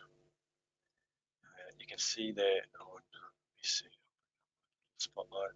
You can see there on the left there's a shared with me, and you'll find your data in there. You can make a copy of it and bring it into yours. I think you right click on the folder. Low flying aeroplane now. But if you right click on the folder, you should be able to save it in your, move to my Google Drive, your Google Drive. So we're moving on now to, I guess, we can say more advanced stuff. We've been looking at the online tools, and as I mentioned right at the start, those online tools are very simple to use. They're tailored around one topic. They have a limited tool set, and so they're kind of the easy entry point. But we want to go a little bit further with our senior students in particular. We want them to be doing stuff with their own data, and a good starting point, and one that you can use kind of really easily, in lessons, middle of the lesson kind of thing, are these interactive spatial tools. And there's two in particular that I want to point out, and we're going to look at today. And the first one, which we can all have a quick look at now, is called Scribble Maps. So I hope we're all back. We haven't lost too many. We've only lost 3. So I'll just flick that link in the chat window, and there's a big orange button, create your map now. You can go to that for me. So yeah, if anyone can't hear me, just let me know. You just get rid of that first menu and away you go. So with these tools, these interactive tools, and this is the relevant section in the presentation, as I said, I'll put the list underneath with all of the links. I'm not sure where they went. I copied the presentation across and I might have dropped it. But I'll pop all those links in. But Scribble Maps is a really good entry point. For a lot of jurisdictions, they can't use a lot of tools. I've had a lot of teachers, I had 5 or 6 teachers email me this morning telling me they can't join the webinar because their school or jurisdiction blocks the software. So that happens with a lot of the interactive tools. I know Education Queensland has, puts quite a strong emphasis on students' privacy, such that they don't allow teachers to use a lot of resources. And this is a good workaround for that, because you don't need to sign into any tools to use Scribble Maps. You just go to the website and away you go. It's also been optimized for iPads, so you can use it with iPads. But what I really like about it is it's just a simple, very simple interface. It's called Scribble Maps. It's essentially what you do. You can pick a location. So let's go to Hobart this time. I'll go to Adelaide for my next one. So there's a little map of Hobart. Down the bottom, you've got your different map options. So you can use a terrain map, which I really like, gives you that terrain view. You can use a satellite image. So it's entirely up to you. You can see if I zoom in, it goes down quite to quite high resolution on that. So there's someone's car parked in the middle of nowhere. A couple of cars, some dodgy going on there, but you can see there the quality, the resolution is really good. So you can definitely be working at a local scale here. And let me just go somewhere with more populated. Now I am mindful of time, so I am going to start kind of moving things along. I think our scheduled time for this workshop was originally 4 hours in face-to-face. I chopped it back to 3 hours. So I certainly won't be going over that, but I will be going a little bit faster in this last session. But you can do some really simple stuff. So there's a little menu up the top there. You can see some tools you can probably recognize, but there's a line tool, there's a scribble tool, which lets you, if you want to do it in red, you can literally scribble on the map, so you can highlight a feature. Here's center, here's some erosion we saw on our field trip.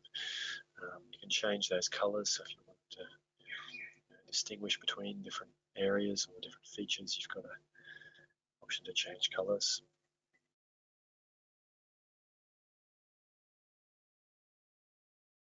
And then you've got additional shapes as well. So here we could, go blue and draw a creek.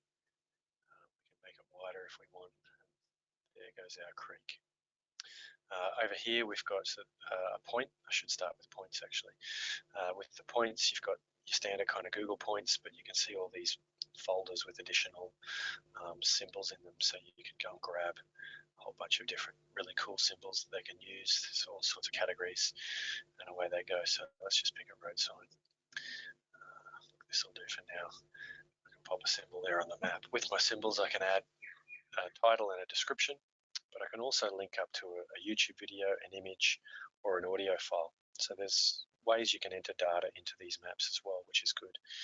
I'll just fill that up with nothing, sorry. You can save and away I go. So there's your point tool. I've shown you the line tool, and the last tool here is the polygon tool, and this one lets you literally, let's say we'll do a red interior, and we might be covering an area, so we can click our. I'll just show you how we can get quite accurate with that if you like. And double click to end.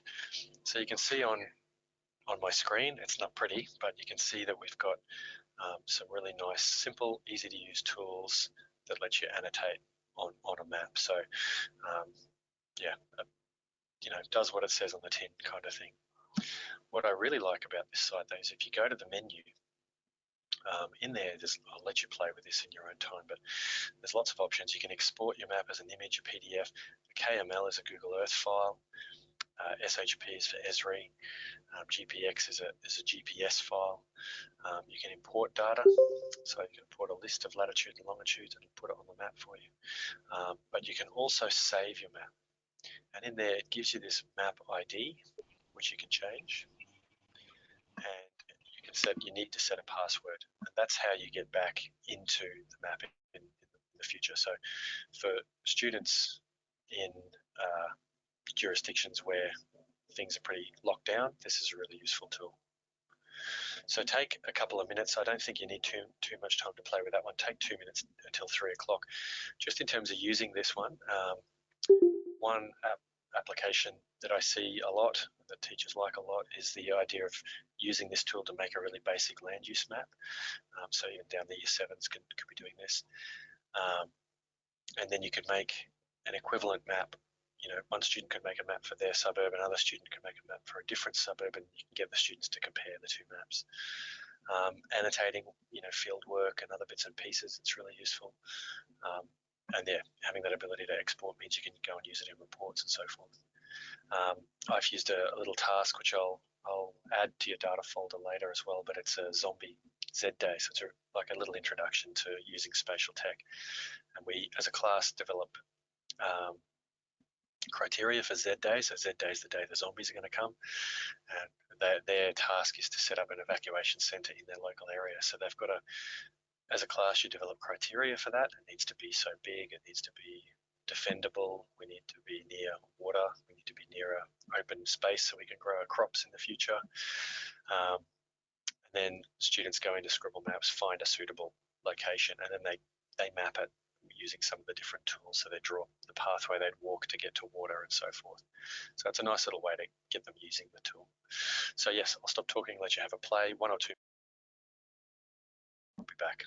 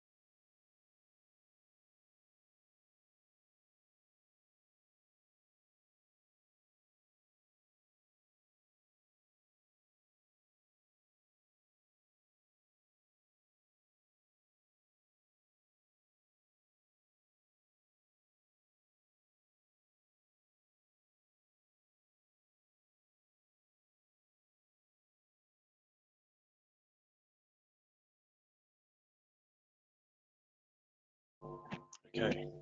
Now, if anyone has any questions about the intermediate interactive maps, let me know. These features as well are built into the next tool we're going to look at, which is Google My Maps. And I'll point them out. We won't play with them, but I'll point them out. So these kind of tools take things to another step up where students can input their data. They can't do everything they probably want to do, but in terms of kind of basic annotation and basic mapping, they can do that. The land use map, as you can imagine, as we build up that land use map with polygons, they can create a legend and then work this legend button down there, and they can build that into their map as well. So, yeah, a really useful little tool, very simple to use, good entry point into adding your own data to maps, annotating features, landforms, or whatever it might be. Okay, no questions come through, so I'm going to move on. And if we go back to our presentation, we were in the interactive tools. We're now going to step up and look at Google My Maps. So Google My Maps is a great tool. You should all have the data. I'm going to show you the data in just a second.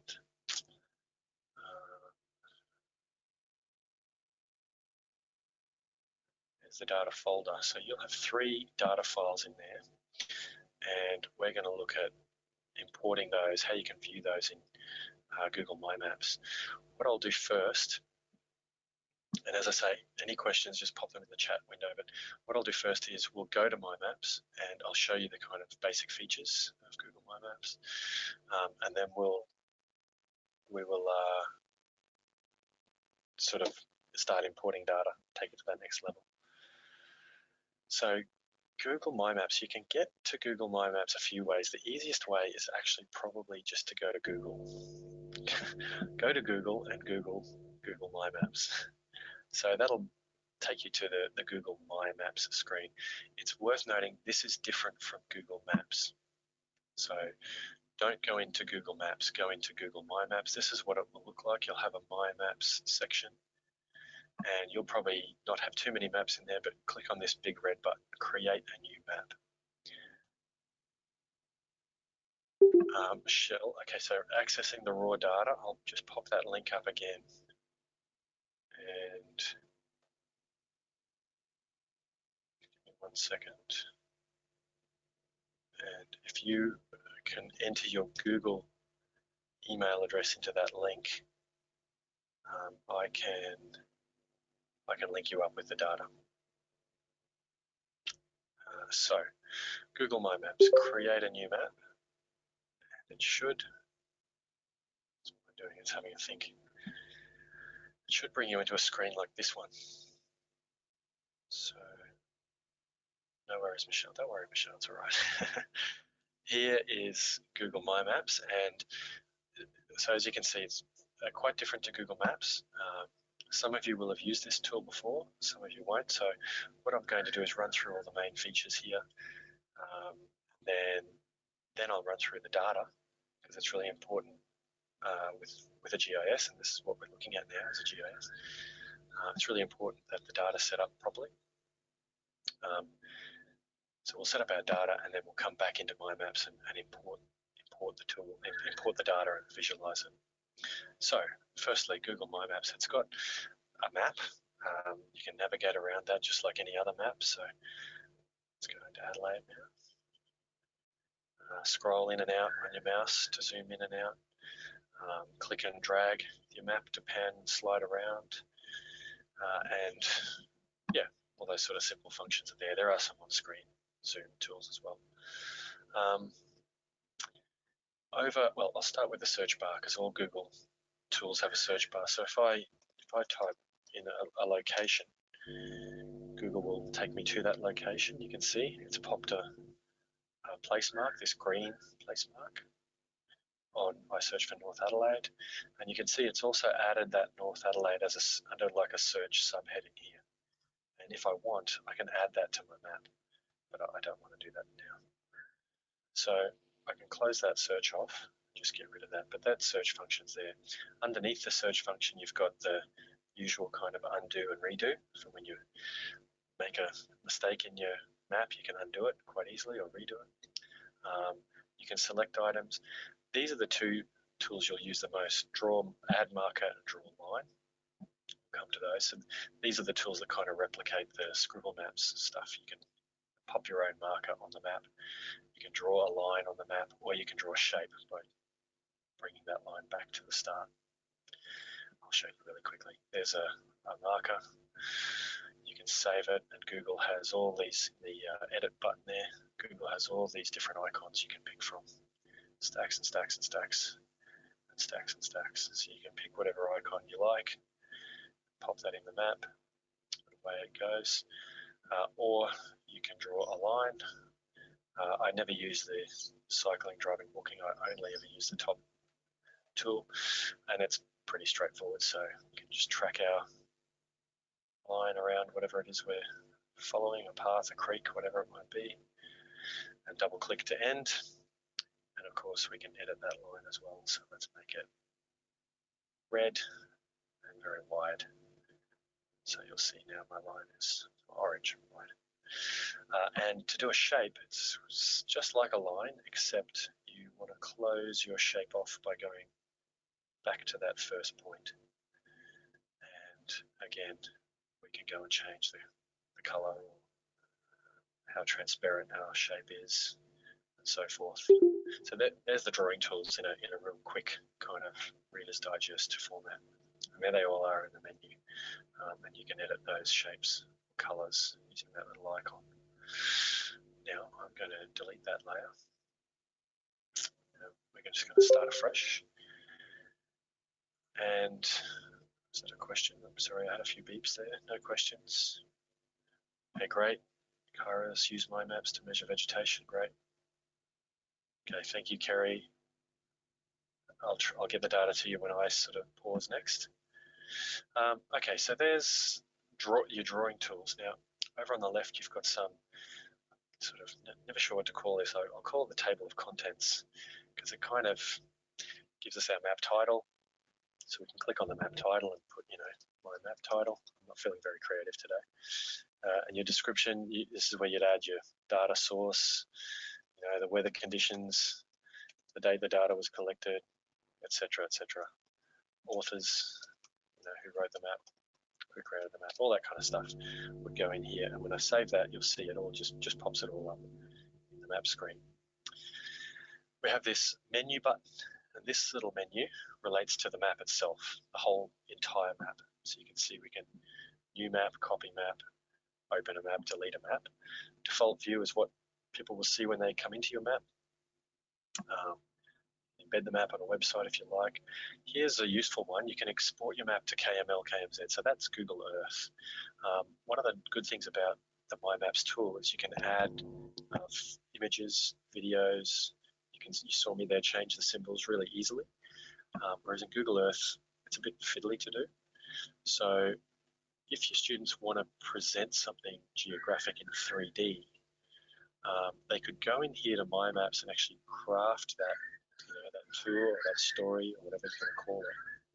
And then they could export it and view it in Google Earth, the 3D fly through, all that kind of stuff. So yeah, that one might be useful, depending on how you want to communicate your data. And print map is pretty straightforward too. So it prints it as a JPEG or a PDF. Now, further down we have this grey kind of divider, and underneath that we have our layers. Now, you start with one layer, and as you can see from this add layer button, you can add more. And it used to have a limit of 5, but now I think they've lifted that, or they've made it, so big that it's not an issue for us.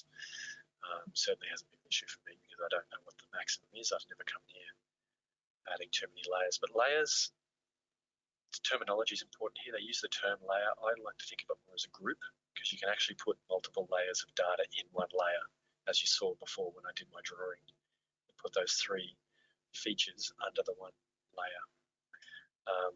So think of this layer as more like a group of different data sets or data layers. And it's just a way to organize data. So if you're doing a local area study, you might have a layer for social features, a layer for environmental features, and a layer for economic, cultural features, or both. Natural impacts, human impacts. It's just a way for you to organize your data. Share is you can share the map with others and connect with others. Preview is to preview it. It's pretty straightforward. So there's our layer. We have a layer menu. Now this gives us specific functions related to our layer. The key one for us is this one, open data table. Delete's handy, but open data table. So every layer has a table attached. You can open it and access the import. We're going to do that in a minute. Then underneath here, I'll just show you the base maps. You've got the standard kind of Google map, which you can see.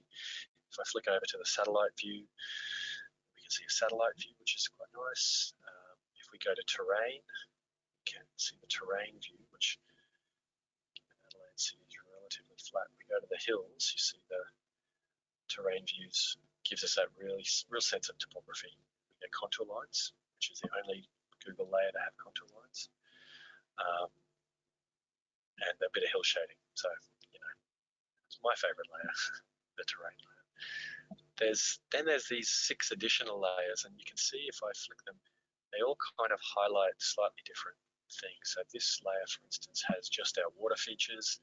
This one had our kind of roadways. This one's a bit more muted. So really depending on what data, your students are mapping, they'll choose an appropriate layer. And that might even be a discriminator you use when you're looking at that communication score or grade. So that's kind of an overview there of the tool. Oh, I should mention the measure tool as well. The measure tool lets you, this mouse is backwards for me, so I spin one way and I go the wrong way. The measure tool lets you literally measure an area all in line. So if I click my way around, I do a very rough tracing of the Adelaide Oval.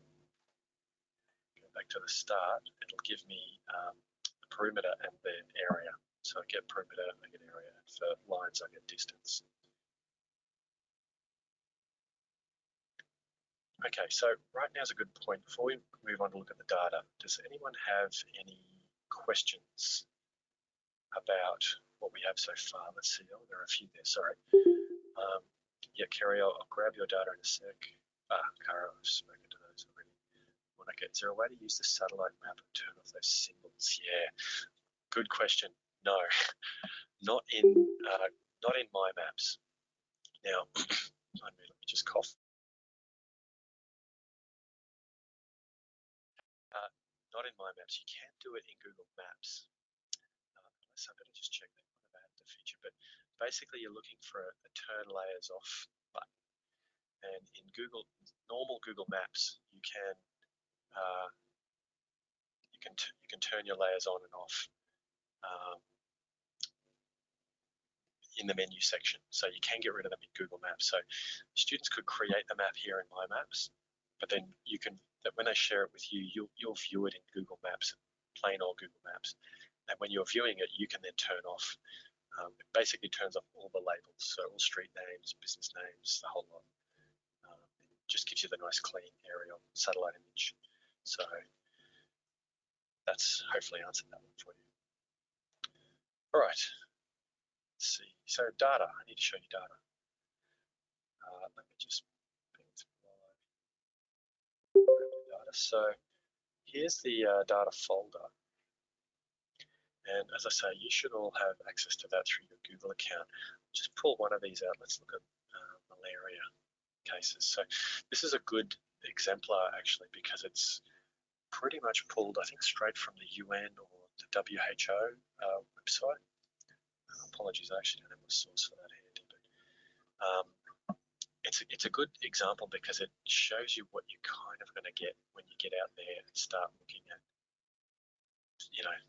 for want of a better term, real world data.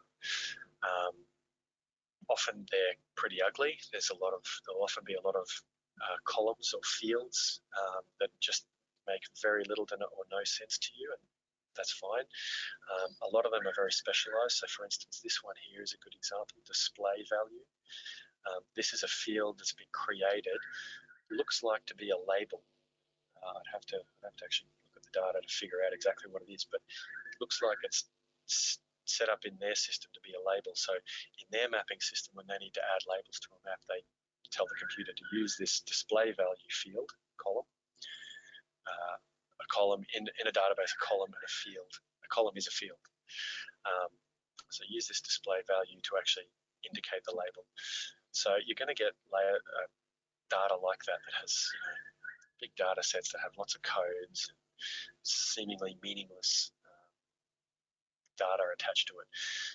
This is good because we need to kind of figure that out. So this is for the year 2013. We can see we've got countries and their region.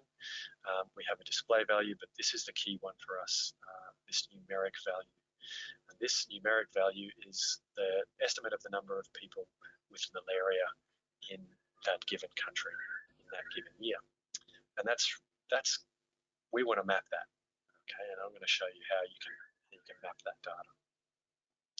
The key though with spatial data, and all spatial data needs to kind of adhere to these conventions. The key to that, so Tony, I just saw your note, Tony, and anyone else who can't access the data, there's that form again. Just enter your Google email account, or Google email account.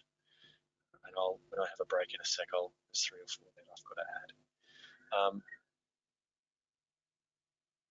Yes, so the numeric value is the field we want to map.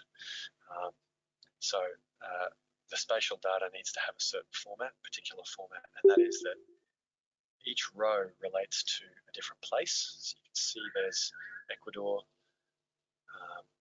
there's Nicaragua, Honduras, and so on and so on.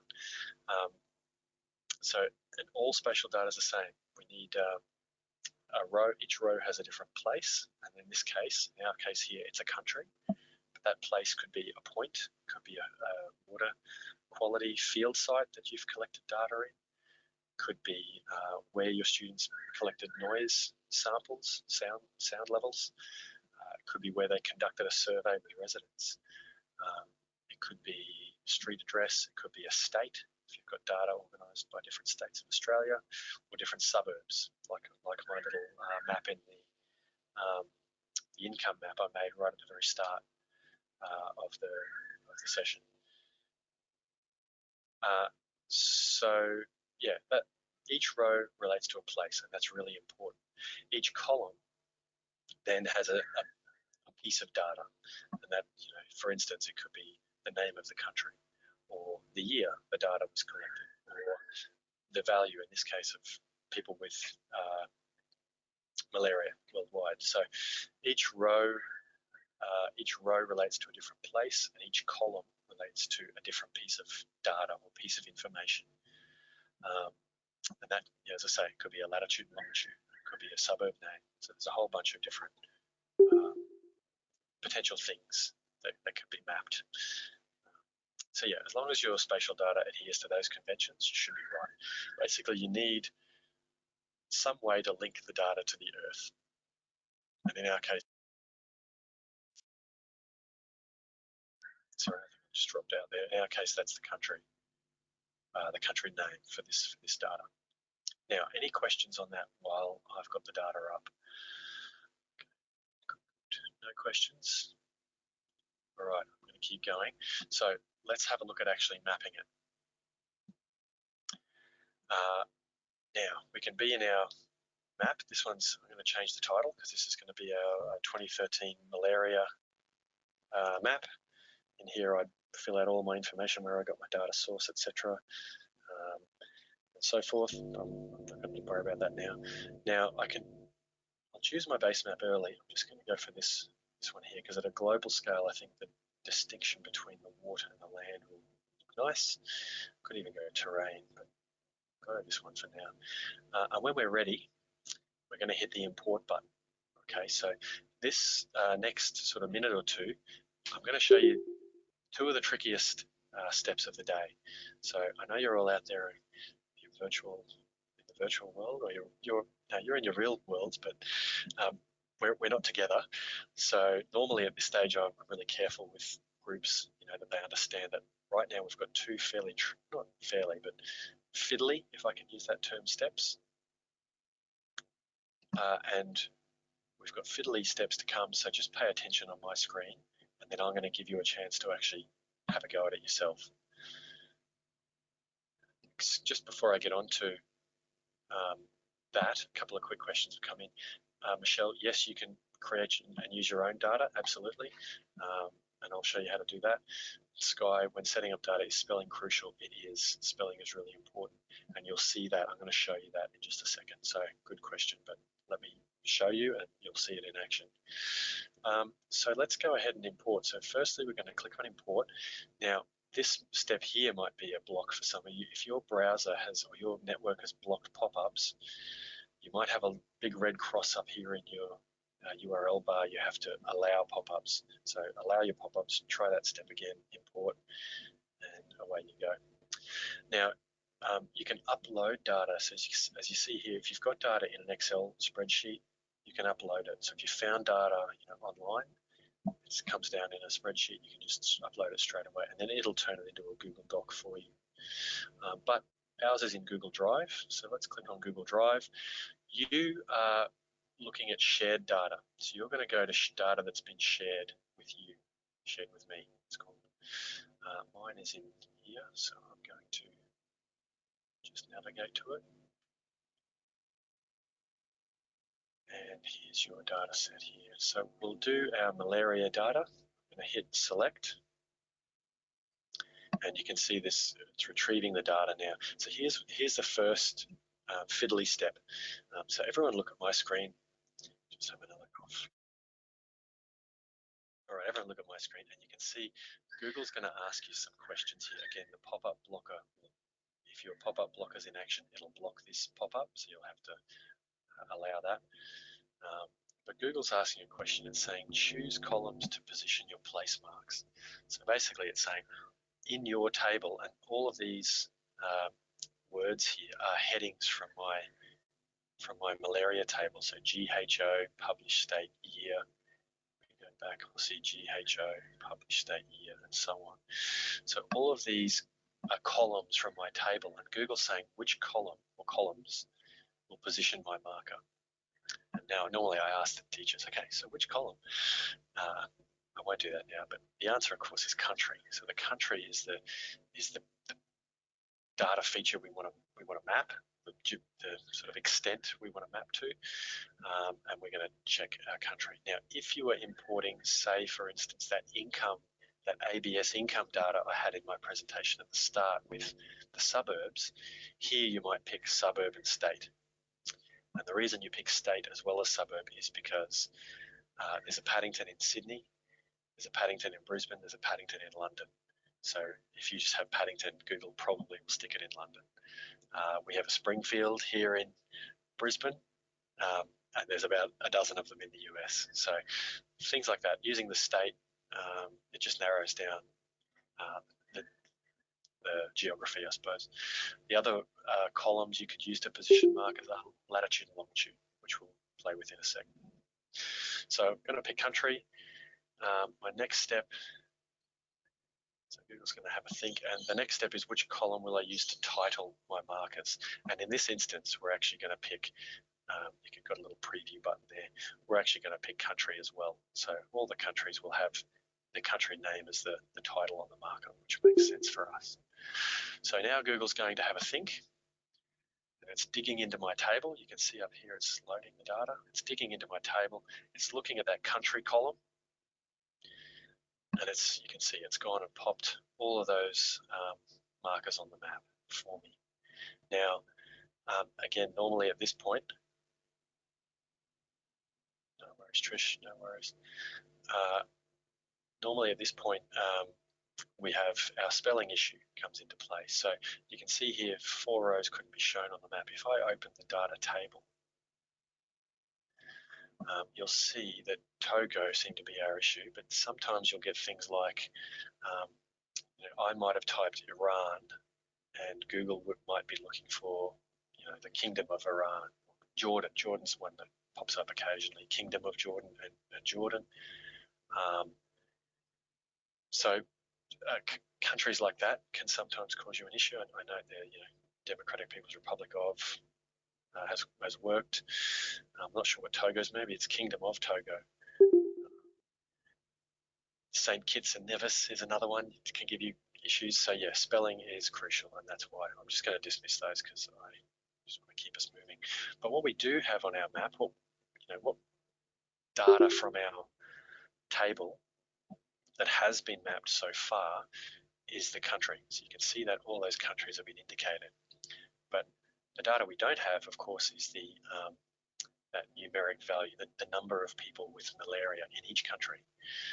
But as you saw, if I open up that table, that data is sitting, if I scroll across, that data is sitting there in the table just waiting for us to map it. So that's what we're about to do now. So we're on to our second fiddly step, and I think this is the last one. So if you get these two down, you're doing well. So our second fiddly step involves actually changing how our data's visualized on the map. So to do that, over here on the left, you can see I've got malaria cases. Then underneath it, we've got all items. You can see there's 416, so multiple years worth of data there. And currently the paint icon, the paint roller tells me we're looking at symbols. And currently all the symbols have a uniform style. They're all a blue dot. But if we click on that paint roller, we can edit how our data looks. And as I say, this is that second fiddly section. There's your labels option down here, which is really simple. Just pick the column you want to be your label and it happens. But there's actually too much data on my map for that. But this top one relates to how your information is visualized. The wording's really weird. It says group places by, and then it's got uniform style. So currently, all places have the same style. They're all a blue marker. But if I hit the drop down there, I get options. And one of those options includes style by data column. So that's used a column of your data to actually style the map. And if you remember, we want that one, the numeric value. So here comes the fiddly bit. Are you ready? I'm going to click numeric value. Google's going to reorganize the data for me, but it's going to do something wrong. And this is the fiddly bit. So Google reorganizes the data, and there's two ways you can organize data spatially, or visually, I should say. One is by categories, and the other is by ranges. Google always defaults to categories. I actually never use categories, very rarely. Normally it's ranges. So categories are things like discrete groupings. So in a land use map, you'll have residential land and industrial land and commercial and educational. You can't be half and half. Like a block of land can't be residential and commercial. It's got to be one or the other. A volcano can't be active and inactive. It's got to be one of those two categories. So that's what your categories relate to. Ranges, of course, relate to ranges of data, which is what we're dealing with when we're dealing with the number of people or a GDP value. We're dealing with ranges of data. So if I flick over to ranges, you can see Google straight away reorganizes that data for me. And already all those good geographers out there are looking at lots of patterns. You're seeing different patterns around the world. You can, if I go back to that edit field now, you can see you can control a few things here. You can control how many different groupings there are. So we can have 3 or up to 10, 12. You can also change, and I'd prefer to change to the rainbow colors, just to make the data a bit easier to see for us here, the different classes easier to see. Now, one thing we can't do is you don't get to choose where those cutoffs are. So you don't get to, if you've got 3 classes, you don't get to decide where they cut off. If you've used Esri or MapInfo, you can pick that. And this, I guess, is one of those features that you lose when you drop back to the kind of intermediate software. You have some control by, I suppose, changing the number of classes, but yeah, generally you can't actually pick the cutoffs. You can also pick your different colors, but as I say, I like the clear distinction between the red, yellow, and green. Now, one thing I want to show you here, and after I show you this, I'm going to let you all go and have a bit of a play and try and replicate what I've just done. One thing you're all looking at, and you're probably all, gripping the nearest stress ball quite hard right now, or digging your fingernails into your chair pocket or something like that. But you can see that we're talking about numbers of people with malaria, with a disease. Low numbers, so 0 to 7,900, has been indicated automatically by Google as a red colour, and high numbers have been indicated with a green colour, and that's not really appropriate. So I'm going to show you now how to change those colours that are kind of preset in there. And this goes for all the shades of red and so forth as well. Basically, you find your category, and you'll notice when I hover on a category and I click on it, it actually holds that highlight for me. So it's good for analysis, because you can pick different categories and see where they exist. But if I click on my category, you'll see right across on the right hand side, I've got this little paint can there. So I'm just going to grab that paint can, and I can do a few things. This doesn't actually let me change the numbers. This just lets me change the label. So I'll show you that. I'll put the words the label, and you'll see what I mean. Underneath, so we've got the colors, and you can see it says use range color. Currently it's ticked, but if I untick that, I can choose my own color. So we actually want this lower values. We want these to be green, because that's good, that's positive. Our middle values we'll keep as a yellow or orange shade. And then our high values, we certainly don't want to be green. We'll make them red. It's a bit more appropriate. So you can see, I'll just zoom in. We can all see the patterns. I mean, you guys know, geographers, you know what's going on here, but you can see that across Africa we have really high numbers of malaria. Southeast Asia is sort of high and medium, and other parts of the world are quite low. Australia doesn't register. So I'm going to check my chat window now. Your task is now to replicate that. Okay, so a couple of quick questions. Those of you who have to go, no worries. Togolese Republic, maybe. I'll have to check. Jessica, can we turn this into a choropleth map rather than just having point icons? Really good question. Sorry to say the answer is no, not in my maps. Within Google Sheets, the spreadsheet tool, Google Drive,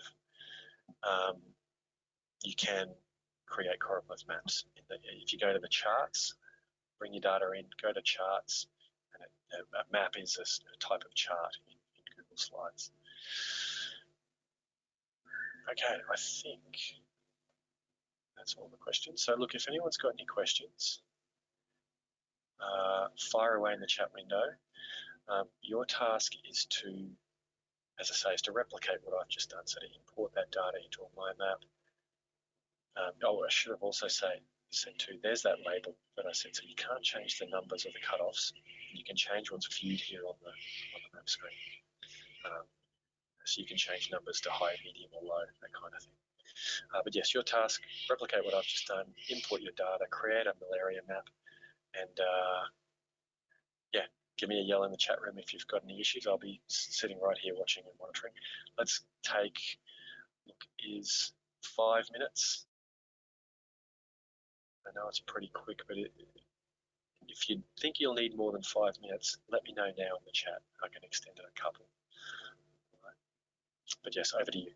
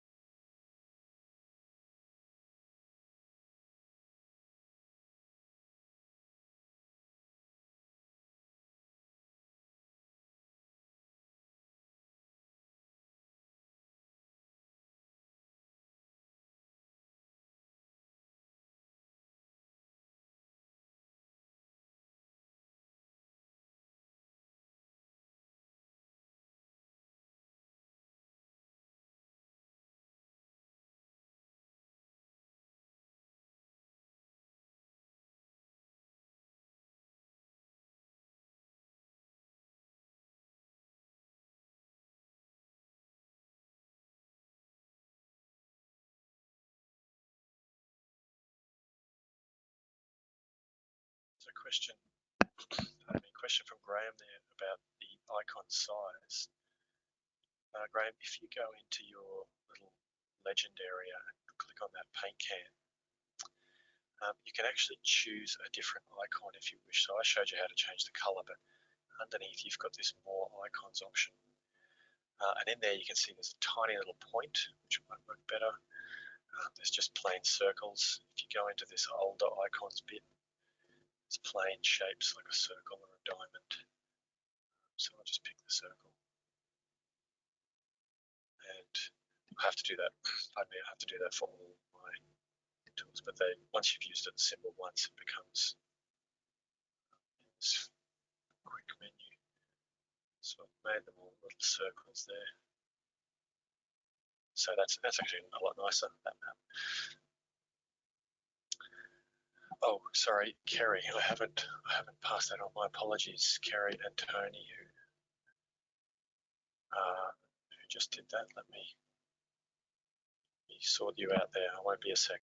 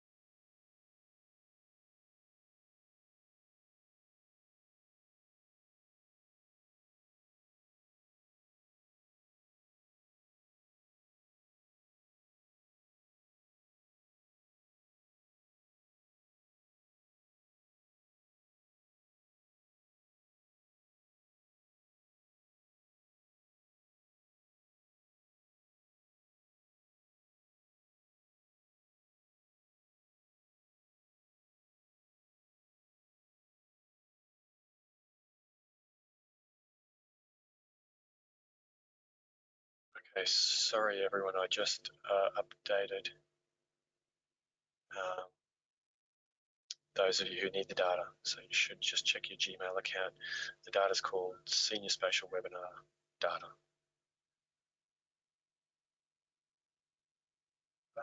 So a couple of questions have come in there. So the symbols, Aaron and Sarah, looks like, which column do you select for markers? So the column you select, Sarah, is for the numeric data. The markers themselves are Aaron and Sarah. Where are you? Let me just get. So Aaron and Sarah, I'll just show you. My no value countries here, you can see I've still got them as a place mark. If I want to change them, I click on that category there, the layer or category I'd like to change. I go down to this little, it's hidden away until you hover on it, this little paint can. And in there, I can pick my icon from below. So let's say my no value, I'd like to be across, be appropriate. You can see a grey cross icon has come up on those countries. And we got a mosquito icon. Good. Yeah, there's everything. You can actually search as well. So in those icons, there's a search function. If you go to more icons, there's a filter, and you can filter for what you want. So if you type, say, water, you get just a bunch of icons related to water, trees, so on, so on. So yeah, it's a nice little way to find your icons. All right, now has anyone? I'm going to move on. How's everyone going? Okay, so question about how do we change from categories to new numbers. Over here, Kim, in this little paint roller icon, we click on that. We've got this ranges or categories there. Great, done. So Tony, let me know how you're going, Tony. Good, you got one. Good, that's good. Great. Okay, so I'm going to keep going. I'm just very mindful of the time now. It's 4:45 here in Queensland. So just going back to my Google My Maps. The other piece of data that I wanted to show you and import was this one here. Where is it? Sorry, I thought I had it open. It's this one here. So we've got SOP water quality. So this is Sydney Olympic Park water quality. Now, this is some primary data. So this is the stuff we want our students doing. We want them going out in the field and creating data and mapping it. That's what we want. So this is why we're here, I suppose. So you can see the data is organised just as before. Every row relates to a different location. In this case, site 1, 2, 3, 4, 5. For our sites, before we had country names. Now we have a latitude, longitude. So we're going to use that to locate our data, and just some additional notes as well. And then this score, this relates to a little resource called the Waterway Health Check, which I'll chuck in the folder for you. Here is the PDF. It's basically a kind of a scoring rating system for your local waterway, and you can see you get these different categories. There's category 1, land use. Just make sure you can all see. And then what I like about it is you only need to bring a large glass jar. That's a large and a small glass jar, the only resources you need. So you don't need the full-on chemical water quality testing kits. But what I like is they have this kind of guide that gives you and your students a bit of a guide as to what your score should be like. So you're not going to get wildly varying scores from kids. It's very simple and easy to use. You could convert this, maybe give each student one copy of this in the field and then give them a table to actually enter their scores into for each site. But yeah, this whole document covers one site, and I really like it. But you've got 9 categories. You get scores out of 10. So that hence you can see our scores here start, they range from 0 to 90. That's as good as you can get. I should also say all of this data has been made up. We just made it up for a teacher group we were working with. We didn't actually collect it. So there's our data. I'm actually gonna run through this really quickly. I just closed Google My Maps down. That was a bit silly, wasn't it? I'm going to run through this one quickly, and then I want to finish with some fieldwork stuff, and I can see it's 1:45, so I'm going to be super duper quick. Basically, the theory is exactly the same. We're going to create a new map, and I'll welcome you to follow along with this data. We're going to import our data as we did before. I'm going to go to my Google Drive. I'm going into my data folder. You'll go to shared with me.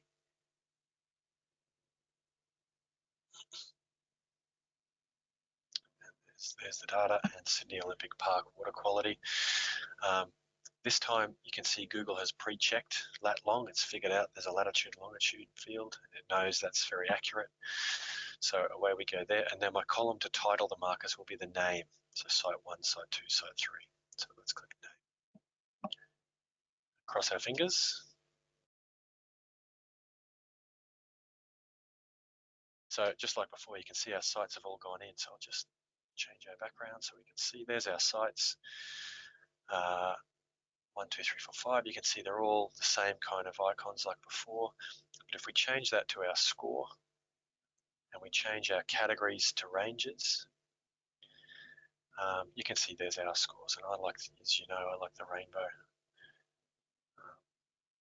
So close that off. So you can see my lower scores got a red marker, my medium scores got yellow, higher scores got green, and the best 2 got a light blue, which I could probably change to something else, but maybe very green. Anyway, I'll muck around with that a bit later.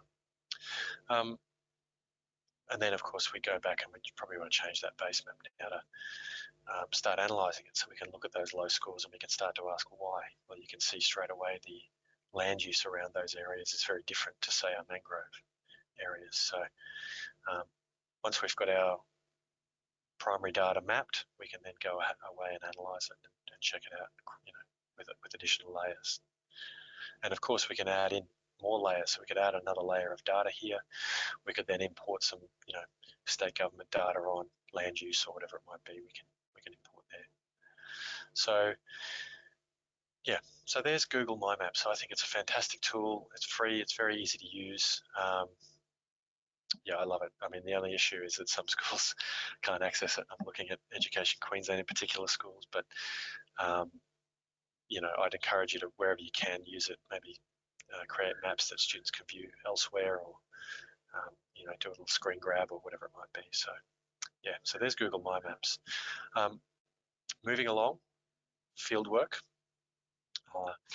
As I mentioned at the start, before I move into fieldwork, I should say, are there any questions now on Google My Maps? I'm 2 or 3 slides off finishing here, so I won't be too much longer, but any questions on Google My Maps at this stage? I think the application's pretty straightforward. It's very flexible. It's really down to what data you can get a hold of, but any questions there on the practical stuff? Feel free to just fire me an email if you like later. All right, moving on to fieldwork now. So in our presentation, I've given you a link to a little resource there. It's an article I wrote when I was with the Queensland government. But basically, I don't think I need to tell you that spatial technologies are a great fit with fieldwork. There's a stack of freely available location-based apps, and I've listed a couple there, but my favourites are EpiCollect 5 and View Ranger, a tool called View Ranger, which is basically a free app that turns your GPS, your device into a GPS. You can then upload your files to the website. Oh, I didn't spell it. You can upload your files to the website and you can view them online or analyze them online. You can look at altitudes, elevations, movement, speed, all that sort of stuff. So yeah, there's View Ranger for one app, and I'll stick those links in as well into the presentation. Sorry to rush through these last bits, but I know you guys are all keen to stretch and move and get out of here. So that's my content for the day. I wanted to say thank you all for your time and persistence. I think I might have muted you all, Tony. I don't know if I can handle everyone shouting at me. I'm ready to go. Oh, someone's alive. Maybe me. Cheers, mate. That was unreal. Thanks, thank Mick. you. Thanks, Yeah. Mick. Awesome. Thank you very much. That was awesome. Good. I'm glad everyone enjoyed it. That's fantastic, Yeah. mate. Thank you very much. No worries. No, honestly, glad everyone liked it. Appreciate your thanks. If you've got any further questions, you can get me on here. I will ask one thing, and this is my request for you. Thank you, Tony, again. There's a feedback link in the presentation. I'm going to copy it and stick it in the chat. If you guys wouldn't mind taking a couple of minutes, it's relatively short, but if you could give me your feedback, that would be really helpful, because we're entering the brave new world of webinars, and I want to make sure that I'm delivering stuff that you guys want and need. So any improvements you can suggest, any feedback at all, I'd really appreciate that. What else? I think I'm done. I'm sure I've forgotten something, but I'll update that presentation for everyone. I have been recording this, so hopefully it renders and downloads, and I'll get that on the internet. The presentation, Erin, I'll give it to you right now. I'll give you the link right now. I'll stick that in the chat for everyone. So there's the presentation. As I said, I will update that presentation in the next few hours with a couple of extra links just to make it a bit easier for you. If you want to share it with colleagues, that's fine. Great. I'm going to let you all go. Thanks for listening to me, and hopefully I'll see you soon. And look, all the best. It's challenging times. I know you guys are all working really hard, so keep it up. You're very much appreciated out here in in the real world. So have fun, everyone. Stay safe and all the best. Thank you, Mick. Say Thanks, hello to Beck. Mick. Best wishes, family, mate. Mm.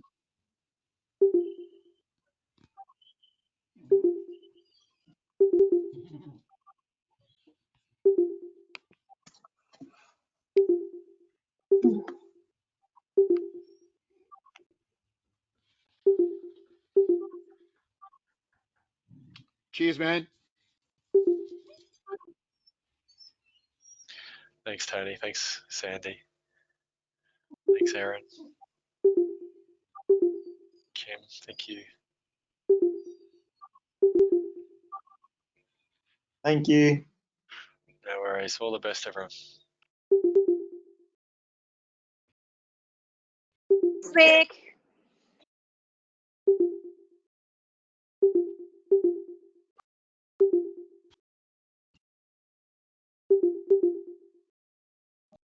Thanks, Aaron.